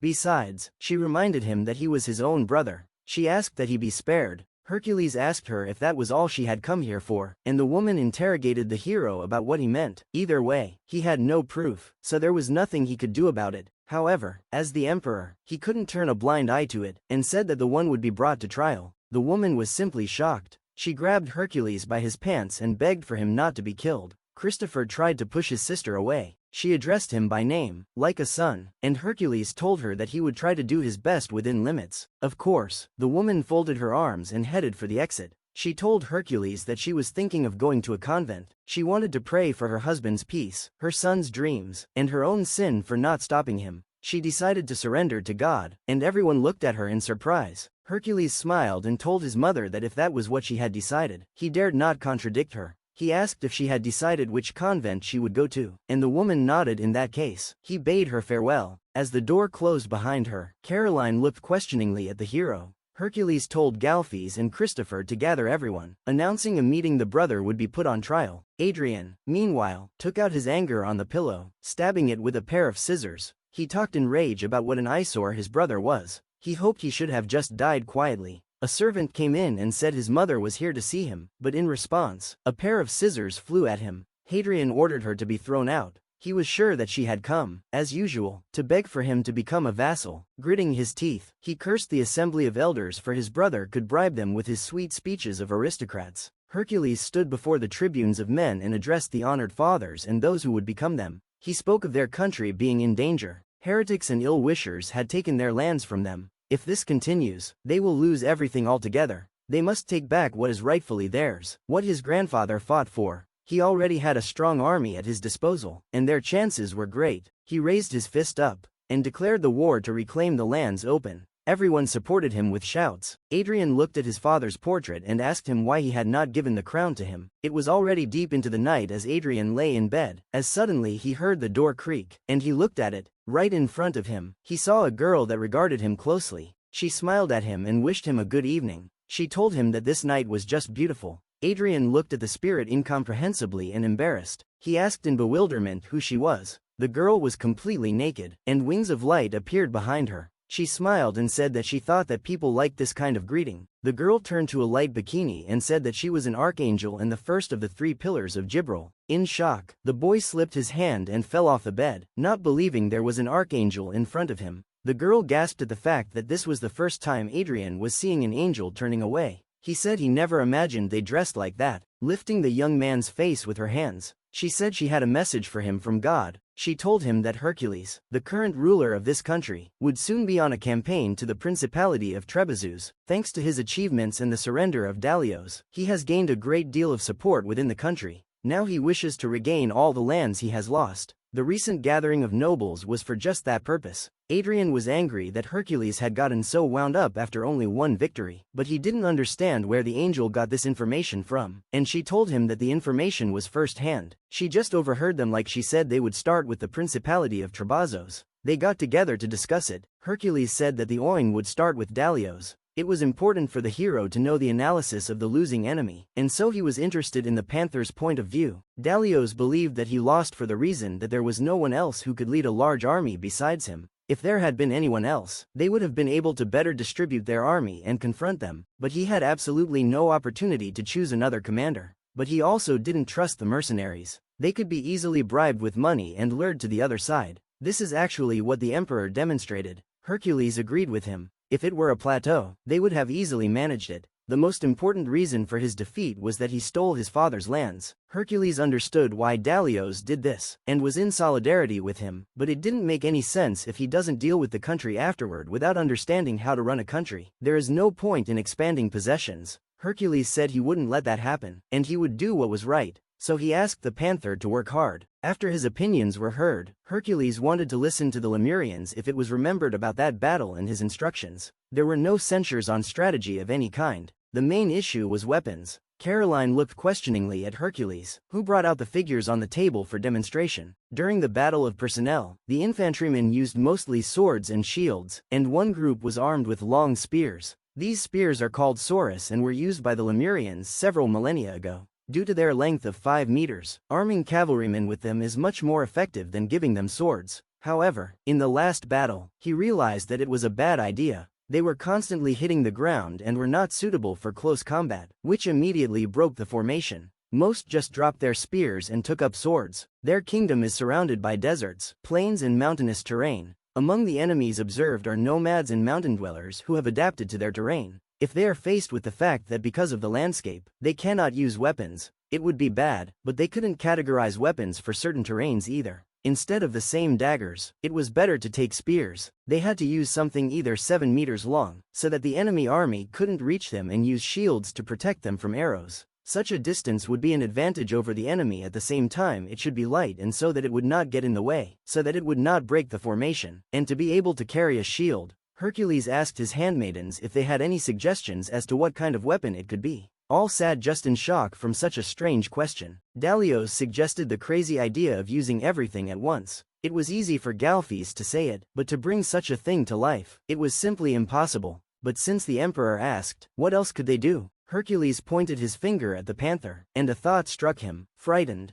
the panther jumped up on his chair. Hercules said that they would equip their army. From this they will train all the way to the show. The archangel told Hadrian that this is how they do their training, step by step. Hadrian smiled caustically, calling his brother arrogant, and thought that he was still a long way away from the shower techniques. The girl probably agreed with him, but there was something interesting. She said that their trek had failed. This meant that to reach the Principality of Trevisos, they would go by sea. However, under the wrath of the spirits, they would be caught in a storm, unable to find a way out. They'll be swept away by the waves, and in the end, they will all drown. Hadrian didn't understand how things could go so smoothly, but the archangel said it could be that way in one world. The army of a huge kingdom was caught in a storm twice, and then the legends of the wind god began. Anyway, she told Hadrian that Hercules didn't even realize it right now. He was gathering an army and preparing for a campaign. But Hadrian said he didn't care. What he cared about was the throne that he was to inherit his father, that he continued to defend the country and the traditions, all of which Hadrian was to inherit, for he loved his father more than anyone else, and suffered greatly when he was gone. After he had gone, a light with an outline appeared over the king's bed in front of his loved ones. It was a light to which Hadrian tried to reach with his hand, but without obeying, the light fell in front of everyone, directly on Hercules. He was the most hated among the heirs, but his father, his vassal and even the magic of the inheritance chosen. Everyone chose him and bowed to the new emperor, his father's country, and everyone's Hadrian loved the most. Hercules may have been more capable than Hadrian, but he took absolutely everything away from him. Mother saw the magic seal and told him to obey the new emperor, but he was furious, and thought the crown, father and mother, everything belonged to him. He wanted to kill the man who had stolen everything from him. He wanted it all back. The archangel smiled, saying that by all appearances, the man had suffered greatly, but she told him that all was well now, and he would be protected by the master himself. She promised that he would soon take his rightful place and lead the empire to prosperity. Hadrian did not understand what she meant. The girl pressed the lad to her big balls and told him it would come true, but first she wanted to reward him with something. The guy screamed, not realizing if he could really become emperor. But then he jumped up from the bed and reached out his hand into the void.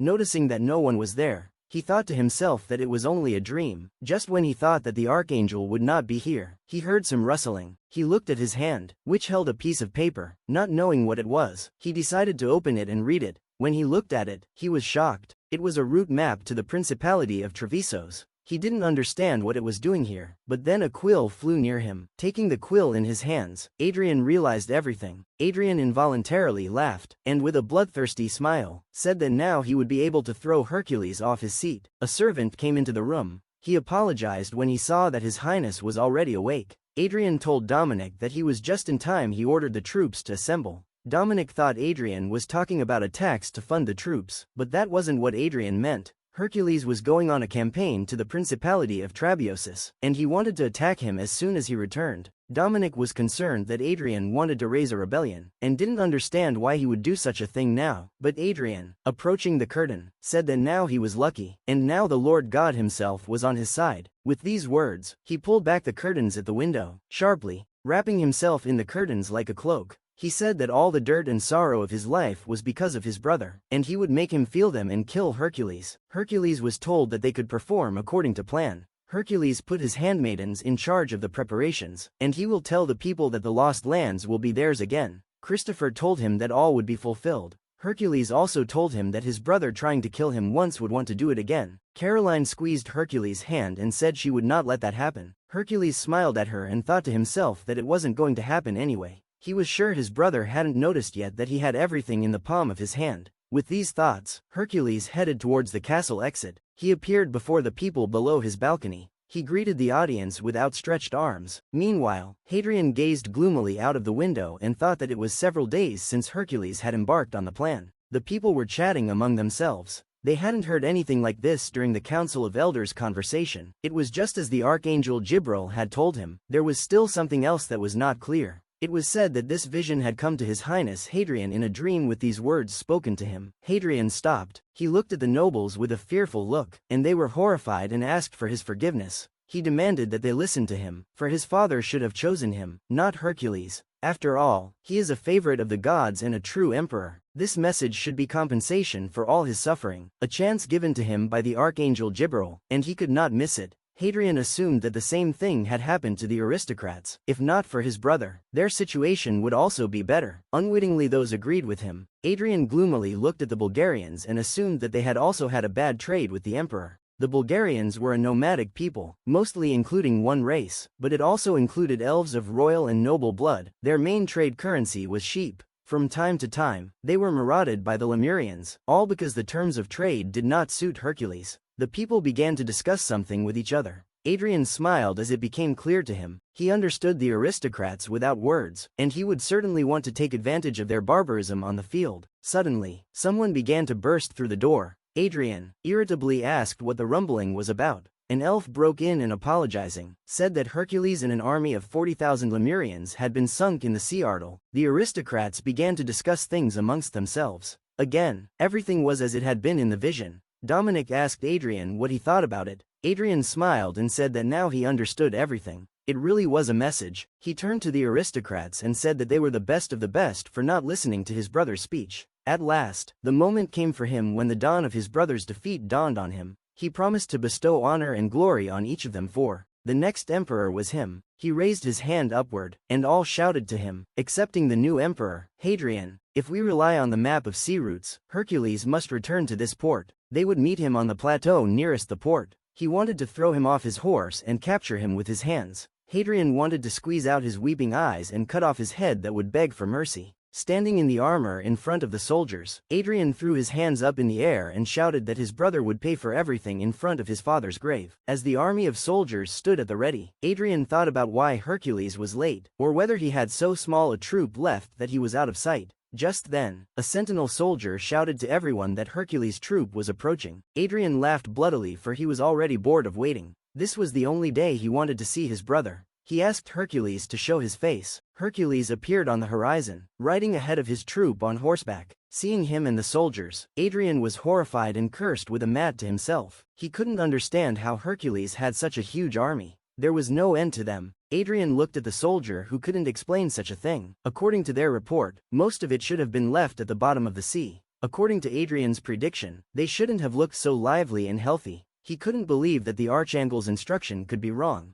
They should have sunk to incur the wrath of the sea spirit. There was no way he could believe that the sea spirits could like a man like Hercules. Even if he did say so, the soldiers did not know what they could do in such a situation. Seeing Hadrian from afar, Hercules said that it was fine that they were nervous. With a wry smile, Hercules asked if Caroline could see it, but she sadly lowered her head, not wanting to see it. A man came up from behind and said that it was just a pathetic sight without even checking the information. Hadrian so easily believed that His Majesty's army had sunk into the sea. It was Hercules' half-brother, Edmund. In his opinion, it was unfortunate to have a completely unthinking brother which only spoiled the emperor's blood. Hercules grinned at him and said that Hadrian was their common brother. Edmund apologized for the reservation. This must have showed man. Edmund was a half-elf from a military family, a half-brother on his father's side. During the war with Dalios, he was assigned to protect the capital. However, this time, the protection was entrusted to Garfes. Hercules noticed that he was very different from them, for they seemed to live in almost the same conditions.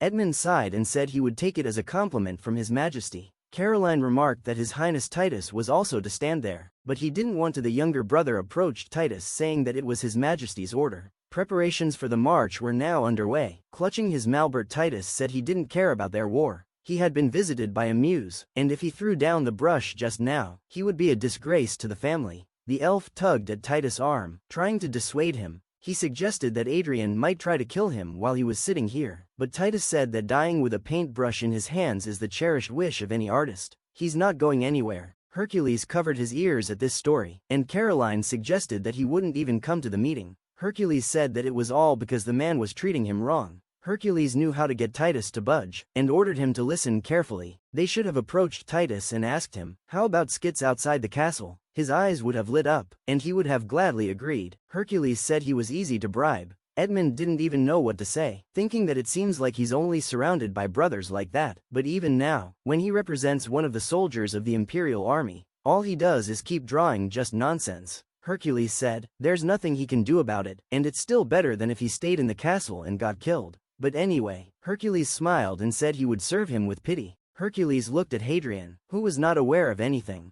He did not notice anything at all. His father had bowed his head to the nobility time after time to make him emperor, and his mother, breaking the prohibition, bowed her head to him just to make amends to her son. They loved Hadrian more than anyone else. Hercules did not steal anything from his brother, and was sure that if the latter had not made mistakes, he could have become emperor. He was sorry that now he must take the country his parents loved into his own hands. Hercules said that they were beginning the purge. General Pantera said that here they were learning about all the members of the rebellion. With this meeting, they can suppress Hadrian and all his accomplices by ripping out the contagion at the root. It's better than doing a gradual purge. It's better to have a full-scale battle once and show that it's better for them not to stand up against him. General Galphius told His Majesty that he had arrived. Hercules was glad to see him. He asked how Christopher was, and Galphius said he was fine, only he was upset that he wouldn't be able to see the bickering nephews in person. Hercules grinned at his words. After all, Christopher himself was cautious and even returned under protection to the castle. Hercules said that they should finish quickly and return with souvenirs and stories. Hadrian looked towards his brother in disgust. He couldn't understand why things had gotten this way. He had asked Gibril why his army had not sunk into the sea. After all, she had said that the Lord was on his side. He was sure that this was a test given to him by the Lord, and he should have been able to handle it with ease. Hadrian asked the soldier what the strength of their army was. The number of infantrymen reached 18,000, 2,000 crossbowmen and cavalrymen each, and another 8,000 cavalrymen as support from Bulgarin. All in all, about 30,000. Hadrian asked about the size of the enemy detachment. They were behind the walls of the fort, so it was impossible to count the exact number. The regular army includes about 20,000 infantrymen and about 10,000 archers and cavalrymen each. The total is about 40,000. Hadrian realized that the reference was 10,000 soldiers, but he was confident that they still had a chance of victory. More precisely, he was absolutely certain that victory would be theirs. Hadrian shouted that they would end everything on this plateau, but then someone behind him asked him to wait. It was a young black warrior with curls that said that they should avoid the battle on the plateau. Hadrian irritably asked him who he even was. The soldier introduced himself as Oscar Almond. He asked His Majesty to think again. Another soldier told Hadrian in a whisper that Oscar is the youngest son of the Ullman family. The Almonds have owned vast maestry in southern lands since ancient times. They were a strong economic pillar for the empire with such immense financial power. The long-eared race envied them. However, the Almonds also had a similar feeling towards the elves. In the past, these factions had clashed more than once in debates or even skirmishes, and at this point, the Almonds had joined the so-called Hadrian wing. Unfortunately for Oscar Almond, the second son of the Ammonians, he was attached as an advisor to Hadrianos. Hadrian was enraged, saying that he was not even from the main branch and was nameless and dared to advise him. However, everything depended on what he wanted to tell him. Oscar understood His Majesty. At this point, their forces and the enemy's were almost equal. But the enemy General Garfies that personally trains and commands the army were the elite. Oscar considered the heavy cavalry to be the most dangerous enemy. As for their army, it was motley and had many problems, such as interaction. In addition, they wore armor from the past generation that they were not used to. Hadrian didn't see any problems in such a case. Oscar said that it wasn't just that, either. It was as if it was hard for him to say it, so he remained silent. After a while, he said that, according to Mrs. Gibral's prediction, Hercules' army should have been drowned, but they saw a completely different picture. The enemy was well prepared for battle. In this regard, Oscar had a bad feeling. It was as if they had driven them into a trap. They would have a better chance of victory if they fought from the fortress instead of on the plateau. Oscar asked for more thoughts from Hadrian, who was just standing there in a frenzy. He grabbed the guy by his chainmail and lifted him up and asked him what he even knew about this. After all, he was talking about getting hammered in the fortress by him, the emperor. He had suffered enough humiliation from his brother, and be it even the purest plateau, he would make him chew the ground. Hadrian got as close to Oscar as possible and ordered him as a nameless man not to dare order such a thing to the emperor. In anger, he threw the guy away from him that he fell to the ground. Hadrian ordered him to return to his seat if he understood. Gritting his teeth, Oscar bowed and asking for prescription, ran away. Hadrian raised his hand and said that they were blessed by God himself. He ordered everyone to keep up their fighting spirit. Oscar was sure that Hadrianos would not live because Hercules would definitely win. He had to think of something to get their army out. 3 days had passed since Hercules' army and Hadrian's army had met. Both sides had completed their fortifications. In all this time, not a single provocation has been directed towards Hercules' army. No archers fired, no stones thrown. War was coming, yet the stagnation on the battlefield continued. Caroline was looking at the outpost of Hercules' army in the distance. As someone approached from behind, Dalios looked through the spirit eye and told Hercules that the enemy army had prepared well. There were about 30,000 of them. Hercules said that it was all rotten, and yet they were aristocrats. It is a problem for them to gather such an army. It's not just the emperor who has a position in their army. The aristocracy also has a certain number of warriors. If you compare this empire to the other empire, it is extremely insecure.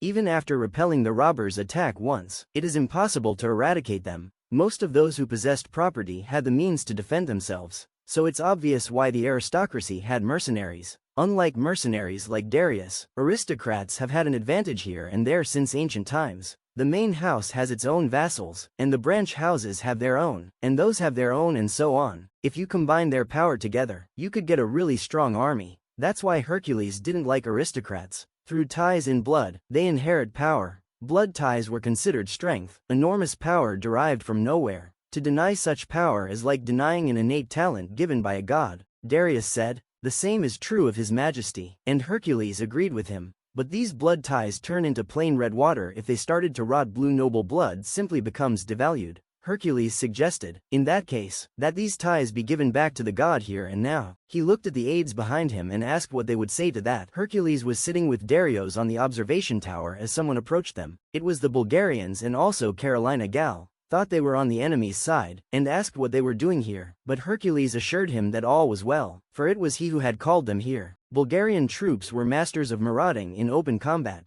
Their advantage was negated. The fact that they engaged in open battles seemed strange to Hercules, so he sent a messenger to them, and what was in front of them now was living proof of that. Hercules looked at the general of the Bulgarians and asked what he had to say. The general was surprised and asked Hercules how he knew their language. Hercules said that if you look for a personal teacher, it is not that difficult. Hercules smiled and said that being good friends and allies, it is not proper for the emperor not to know their language. They shook hands, and the Bulgarian general remarked that the emperor was so young. Hercules offered to go to his tent, leaving the rest to Garthus. Hercules told the general that this time he was willing to turn a blind eye to what he had seen, but the general interrogated him about what he meant. Hercules offered to make an agreement, and walked to the table where there was already paper and pen. The general swallowed the lump in his throat and sat down on a creaking chair opposite the emperor. Hercules said that the agreement was divided into 4 parts. A mutual agreement where attack was forbidden. The launching of official trade routes. The Bulgarian king is obliged to send troops at the request of the emperor of Lemuria. Lemuria would pay an annual tax to Bulgarin. The warriors and their general took the paper in their hands and reading it, asked Hercules what it was. Hercules told them that they were a nomadic people. If they continue to give up farming like this, life will not get better, and keeping healthy with meat alone is no good to start farming. You need technology, grain and other things to get it. You had to either plunder or trade. In this case, they decided to use the battle for the throne to loot what they needed. And if the throne doesn't work out, Hadrian will ascend. Hercules smiled evilly and asked them if he would compromise with them. In such a case, the general looked apprehensively at the emperor, but Hercules said that they were allies, and they would regard it as a misdemeanor. How far he could foresee their actions. Taking pen in hand, the general made a decision and said that Bulgarian no longer participates in the war. At the same time, he thought shockably about who this guy was. Unlike his predecessor, he felt a terrible pressure from him. He simply had a piercing gaze that knew literally everything. The general was certain that if they made a single wrong move, he would simply devour them. The emperor took the paper in his hands and said that they were now bound by the agreement. In that case, he asked his friends to disappear. Hadrian looked in horror at the Bulgarian army that was just walking away from him. He shouted at them not to dare to break formation. The soldier who approached Hadrian said they had a message from a Bulgarian envoy.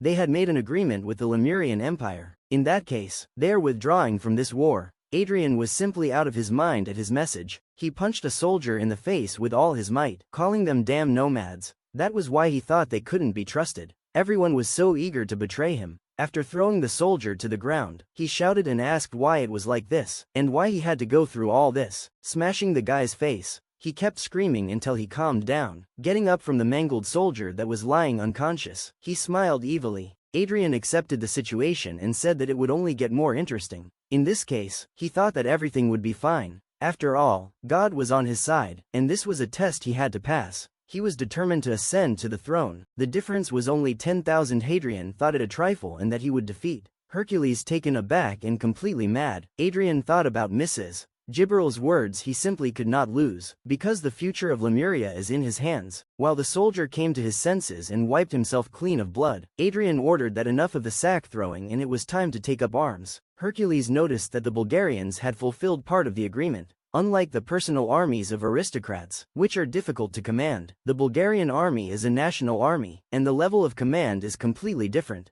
Now the main obstacle has been removed. Taking his sword out of its sheath, Hercules raised it up and said that it was time to fight his brother. He ordered all the participants in the battle to take their places. Hadrian shouted that God was on his side, and ordered the army to destroy the traitors and kill the lying emperor. Archers and crossbowmen prepared to fight on both sides, and a hail of arrows flew in both directions. The army began to summon wind spirits and directed them at the enemy. They ordered them to tens after the arrows, and with the order, the insects flew to the attack. Hercules shouted to the heavy cavalry to advance. The soldiers struck a huge tambourine with the aim of the army's advance, and everyone rushed into battle. Galfes, Caroline and Edmund were at the head of the army. Hadrian shouted to them to hesitate, and ordered the soldiers to blow their cavalry to smithereens. The cavalrymen began to fight among themselves. They began to summon the spirits of the wind, asking them to show the full might of their empire. Galfes summoned a huge spirit of Ammon. Together with the spirit, he swiftly overtook the enemy, keeping them terrified. The spirit swiftly struck a staggering, expansive blow at the enemies. Galfes observed the men that turned to ashes, and called them weaklings.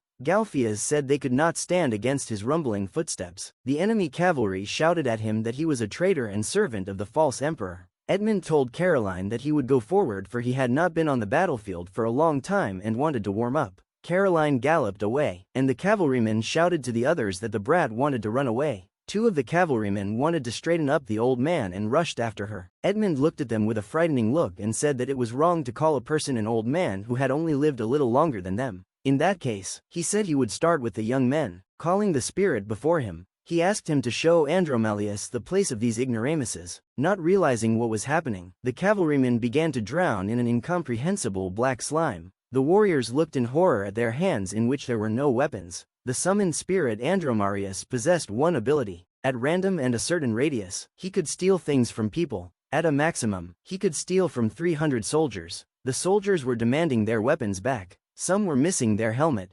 Caroline was already approaching the enemy, who asked her to stop, for he had no weapons. Without thinking for a second, Caroline speared the enemy at a gallop, shouting that it hurt her to look at them. Caroline told Edmund that her turn had come. Edmund noticed that Caroline had made a contract with the strongest spirit, Legos. He thought she was a fine knight, and he was happy to fight beside her. While he was thinking about this, something fell right on his face. It was underpants. Edmund decided he would return it after the battle. Andromelia steals mostly weapons and armor, but occasionally things like this are caught. General Panther told His Majesty that his army is strong. Hercules said he had spent a lot of time training them. He originally wanted to send halberdiers to the front line, but the enemy sent crossbowmen to the vanguard. It was pointless to send halberdiers, even with shields against them. Hercules wanted to try it out, but still gave up the idea. The general told him that it was a wise decision. He was sure that there would be more than a few more opportunities. By the way, he asked where Titus was now, and Hercules pointed his finger down. The crossbowmen ordered to fire at the enemy as a huge painted tiger pounced on them. The crossbowmen were terrified, not realizing where such a monster came from.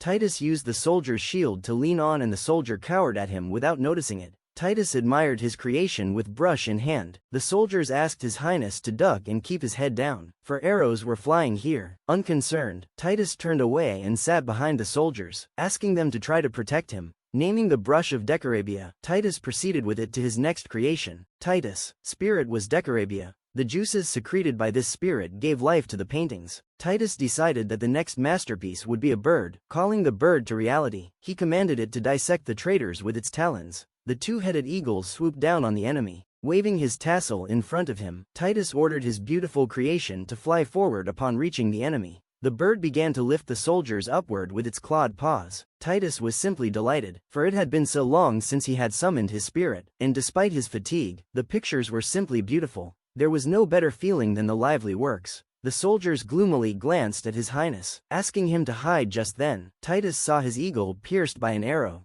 The enemy crossbowmen noticed that it was just paper, so this smear shouldn't cause them any problems. Hearing this, Titus became furious. He ordered the death of anyone who mocked his art. The general hesitantly asked Hercules if his brother would be all right. Titus' spirit was quite useful, but he wasn't particularly hardy. Hercules thought it would only last for a couple more paintings. Hadrian punched the concrete fortress in rage and cursed. He cursed the damn false emperor and asked, how dare they? Edmund himself was no threat, but Caroline was in their way. He ordered that at least Titus be killed, for he was no longer capable of using the spirit. Hadrian didn't understand why he was still alive. The crossbowmen couldn't last long in such a situation, and Hadrian ordered everyone to go forward with his order. The tambourines sounded again. Hercules shouted that their infantrymen had started moving, which meant they had to act as well. Hercules ordered Titus to be taken to the fortress and the crossbowmen to spread apart and retreat. The halberdiers came out to attack in their stead. Hercules looked at Darius, said that as they had planned, he leaves the command of the right flank on him. The Panther general smiled and said he knew what to do. Hercules was eager to see his brother's stupid face. Hercules walked along the wall of the fortress and smiled. Hadrian gritted his teeth with rage as he looked at his brother and thought about what he was up to. Hercules ordered the archers to retreat one by one on both sides, and the halberdiers were to cover the retreat and keep the enemies from getting through.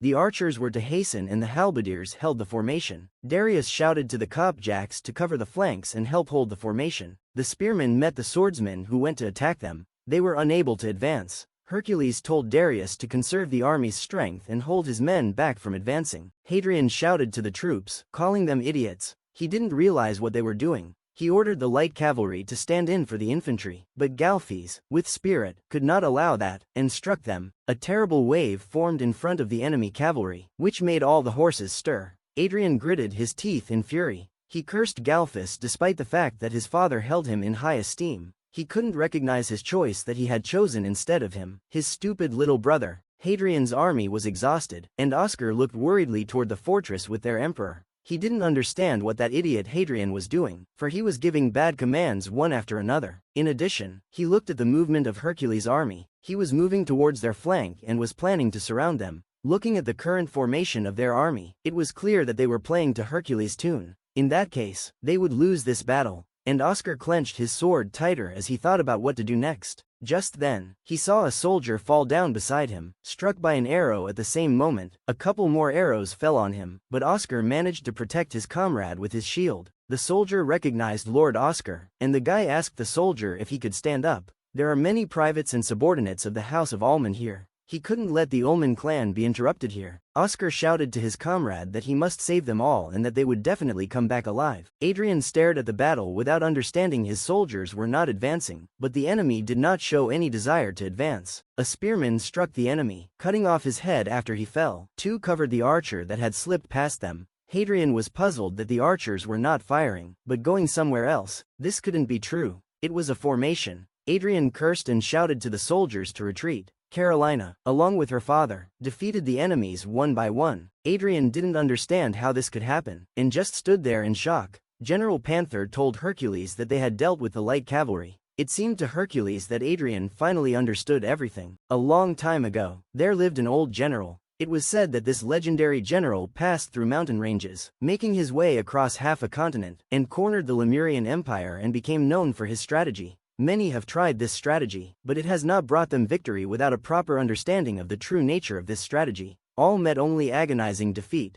This strategy is based on a few details: the difference in the number of cavalrymen, the fighting power of the soldiers, and an exceptionally capable commander. These three conditions had to be met utilizing incredible tactics based on the speed at which armies move leads to magnificent results. Truly a strategy worth taking to the grave with you. This strategy of complete encirclement. Hadrian's army was completely surrounded. Hadrian demanded that the defenses be quickly overturned and shouted that Hercules would attack at them with archers. He ordered that everything be done quickly. The army, without having time to do anything, began to fall at a terrible rate. On all sides, they were pierced by arrows. Hadrian fell to his knees in complete shock. His entire army was on the verge of defeat. This strategy of complete encirclement is a guaranteed victory plan. Hence, it is incredibly difficult to achieve, and in the first place, was the difference in numbers which could be achieved by removing the Bulgarian cavalry that posed a real threat. They were able to provide conditions favorable to them for the removal of their troops without casualties and without fighting. This was the result that Emperor Hercules was aiming for. Fortunately, they cancelled their mercenary contracts, expanded the standing imperial army and thoroughly trained them. The Lemurian imperial army definitely had a hard time relying on unpredictable mercenaries in the past, fighting off the Bulgarians. He was only able to implement this encirclement strategy because he carefully selected his generals. Choosing the right weapons is also a crucial factor in warfare. They would not have been able to outsmart the enemy soldiers if they had spades. The same would have been true if Hercules had equipped the soldiers with halberds. They would not have been able to fight off all the soldiers. In other words, one had to take the most suitable weapons to get a strong army. And there was one last piece of the mosaic. It was, of course, Darius. Up until now, Hercules couldn't hand out complex commands on his own to 20,000 men. There was no denying that, just because he entrusted half of the army under his command, they were able to use the encirclement strategy, rebuilding the army from scratch, improving the fighting capabilities of the warriors, removing foreign forces from the battlefield, allowing competent generals to completely dominate the battlefield. The soldiers started screaming and begging for mercy. They were willing to pay any amount of money for them to be spared. The soldier was a vassal of one of the 77 holy nobles, and if he died, their houses would not be silent. But before he could say anything more, he was pierced with the point of an axe. The troops spared no one. The soldiers covered themselves with their shields and shouted to their vassals that if they were really powerful, then let them do something about it. They were asking them to negotiate with Hercules. People were yelling in panic at each other to stop trampling each other's feet. Some asked if they even realized who they were fighting for. Hercules, seeing all this, laughed and asked if everyone could see it. He shouted to his brother, Hadrian. He was grateful to him that now, because of him, he could repeat that incredible strategy from the legends with his own hands, letting him be a younger brother. He was grateful to him for being such an obedient brother. Dalios silently watched the whole situation. He thought that it had been about 1,000 years since the encirclement strategy was invented, and the number of people who had tried to copy it and lost people was countless. Now, the guy in front of him, who was barely 15 years old, had successfully managed it. He smiled and thought about the fact that elves lived for about 200 years, which meant that His Majesty still had another 185 years of experience ahead of him.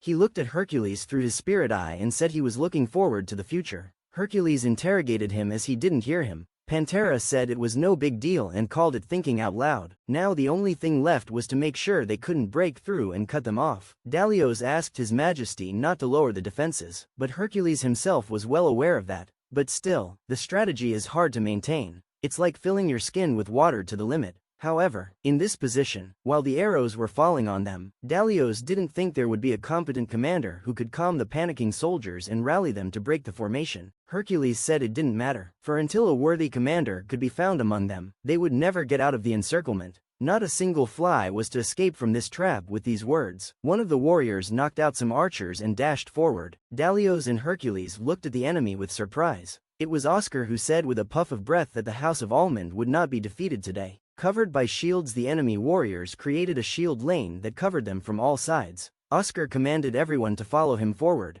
The warriors shouted to the archers to quickly restore the formation and not let anyone break through. Hercules, watching what was happening, asked Darius if he could break through the encirclement alone like that. Darius said that to get out alive from the encirclement with luck 1 in 100. Hercules understood him and thought that now that chance was 1 in 10. Well, not that it would decide the outcome of the battle. Besides, it would leave a stain on Hercules' reputation. Dalios laughed at his words and said that even the great general of the Imperial Lemurian army himself had abandoned the battlefield a couple times, and that was not something to be ashamed of. Hercules smiled and asked Dalios to take a look at the warrior. The hero believed that they had found another outstanding talent. Most of the nobles under Hadrian's predecessor were destroyed in a hail of arrows as Hercules surrounded them. As for those who led the mercenaries, who stayed behind, who took no part in the battle, but raised funds for the army, they were all arrested by Christa's men. But what about Hadrian, the leader of the rebellion? All that was left of him was his helmet, and he escaped. He came to the kingdom of Balgaron to seek asylum from them, but the wars looked at each other and grabbed Adrian under the arms. Adrian was in shock and didn't realize what they were doing. He demanded to be released and asked what they were up to.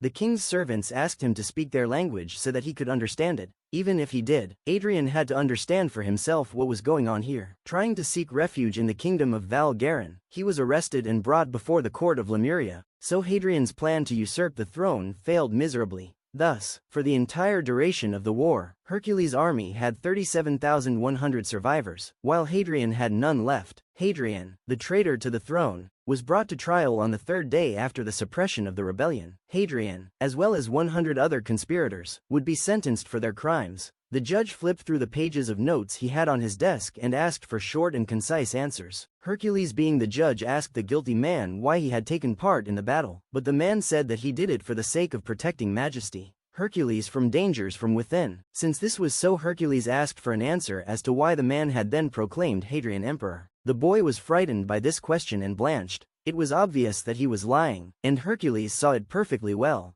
The judge smirked and asked if it was because he was dragged away with him, not understanding anything. The surprised guy said, yes, the aristocrats who had more power and authority than him had swindled his fortune and his soldiers. The judge asked the guilty man if he knew who was responsible. It seems, though, that he was just trying to hoodwink him. Interrupted by words, the man agreed that he was being tried to cheat. Hercules asked him who it was. As the man was about to answer, Golfes thought about the fact that he was covering his own skin by throwing the blame on the more powerful aristocrats. If he valued his life so much, he should have joined his majesty instead of kneeling down. Now, Hercules said that if he was indeed one of the participants in the rebellion, he would be executed with his family like everyone else. However, his family had served the Giuliano's family faithfully for years, and he could not turn a blind eye to that. The man looked hopefully at Hercules as the head of the family. He was sentenced to 30 years of hard labor. His family, his vassals, as well as their families, Hercules promised to look after them personally. That was the end of it. The man bowed to the floor and thanked his majesty from the bottom of his heart. He promised not to forget his mercy for the rest of his life. Hercules was not particularly moved by this, and merely gave him a nod of assent. Taking the paper in her hand, Caroline, who was standing next to the judge, heard someone being sentenced to the rest of his life. Hercules had no doubt that in 3 years, no one would remember about it, and called the next one. With a smile, the judge asked the culprit if he had been cheated. He asked all the same questions of the lower aristocrats, and thus got a legitimate reason to commute the sentence. There were several reasons for this. The first was that you couldn't just go ahead and execute all the aristocrats during the rebellion. They had crushed many noble houses. Eventually their influence waned. The resulting void in power will open up opportunities for the lesser houses. Those will surely take advantage of this and gain influence and take over the positions of the former great houses. Reason 2 was that having lost the remnants of influence, the nobility was no longer a threat to imperial power. They had lost everything during the war, and even without his help, only their name remained of their former power. It was for this reason that a sentence of imprisonment, fine and forced labor would be a reasonable solution. The third and final reason, one of the key figures on Hadrian's side, he wielded considerable influence in the political arena, a top aristocrat and part of the half-elven nobility. The judge summoned him to the courtroom, but he was aware of his position and believed that he would not dare be executed. He apologized in writing to the emperor, and there was a certain smirk on his face. And even if all the members of the imperial court welcomed him to the court, among them were those who remained indebted to him, and with their support, he could get away unpunished. Being confident of his safety, he knew that Hercules would have to resort to drastic measures. In this situation, Hans was a self-confident fool who asked to explain everything to his majesty. Hercules said that several accusations had been made against him, for which Hans only lightly apologized, but Hercules tore up his paper saying that he was sentenced to the imperial ban. From that moment on, he would lose his noble status. Hans was just shocked at the sentence and couldn't believe it. His face immediately changed, and he begged the judge to wait with the sentence. Hercules said that he would be isolated for the rest of his days. After his demise, his remains would be consigned to the fire. May his suffering be eternal. As the soldiers led him away, he shouted across the hall. He screamed that Hercules couldn't do this to him because he was a high nobleman. He couldn't treat him like a black man. He begged to kill him and let him die with honor. Eventually, he was led out of the hall. That was the end of it, and Hercules called for the next one. From the beginning, his target was the high nobility. In short, he wanted to punish the normally untouchable nobles by making them responsible for the actions of the lower nobles. He ensured that those present in the hall could not challenge his decision. In addition, the nobles who had to surrender their recent allies were now unlikely to dare to oppose him in the future by plotting a coup. There was no guarantee that he could maintain his life, even if he decided to join forces with the other houses. One of the main objectives of this play is to allow the younger nobles to see the full picture of the event. Imprisonment and confiscation of property for the lower nobles and an imperial ban for the higher nobles. This method allowed him to rid the Lemurian court of a couple dozen great houses. And finally, there was the last one left. Hadrian walked into the courtroom. Christopher pushed him forward, and he fell straight to his knees in front of the judge. Hadrian wanted to snap at him. How dare he do that? but Christopher ordered him to shut his mouth. After all, he is standing in front of His Majesty the Emperor. Hadrian gritted his teeth with anger and looked at the judge. Hercules smiled and told his older brother that it had been a long time since they had seen each other. He tried to recall the last time they had a face-to-face conversation with him, or perhaps it was the first time. He'd only heard of him from his buddy, Dominicus. That very poisoned melon was his handiwork.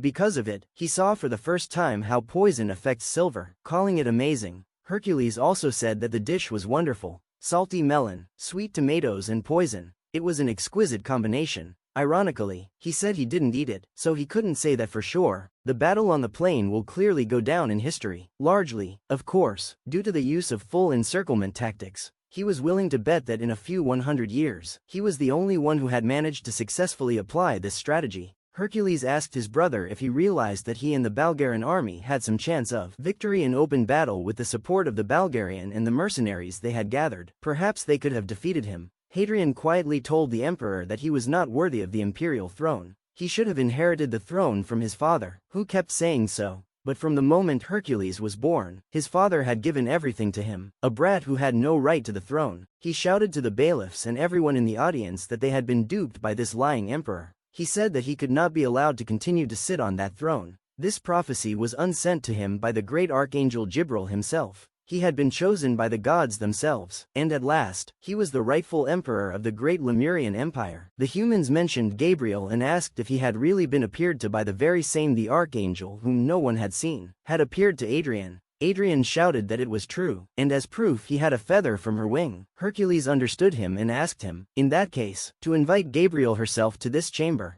If he could do that, it would recognize him as the true emperor. In front of everyone, Caroline and everyone else looked at Hercules in shock. Hadrian laughed, and with a grin, said that he would regret his words. He shouted for Lady Gabrielle to appear in front of everyone. He demanded that she send the scum of the false emperor to the depths of hell. But nothing happened. Silence fell, and Hercules wanted to ask his brother, but he asked for a moment, promising that she would appear. He shouted what he could to Lady Gabrielle and asked her to appear right away. Hercules looked coldly at his brother and said that he had 3 conditions, and if he complied with them, he would stay alive. First, he had to swear loyalty and unquestioning obedience to his emperor. 2. He must recognize the illegal invasion of his territory. And 3. He must accept responsibility for the actions of the great nobles who went after him. Then he can spare his life as their mother wished. Hadrian, without raising his head, pronounced that he recognized his guilt for what had happened and was fully responsible for it. He asked Hercules for mercy. Hercules remarked that this was a wise decision. The accused, Hadrian Julianos, the leader of the rebellion, is hereby decreed to be sentenced to life imprisonment.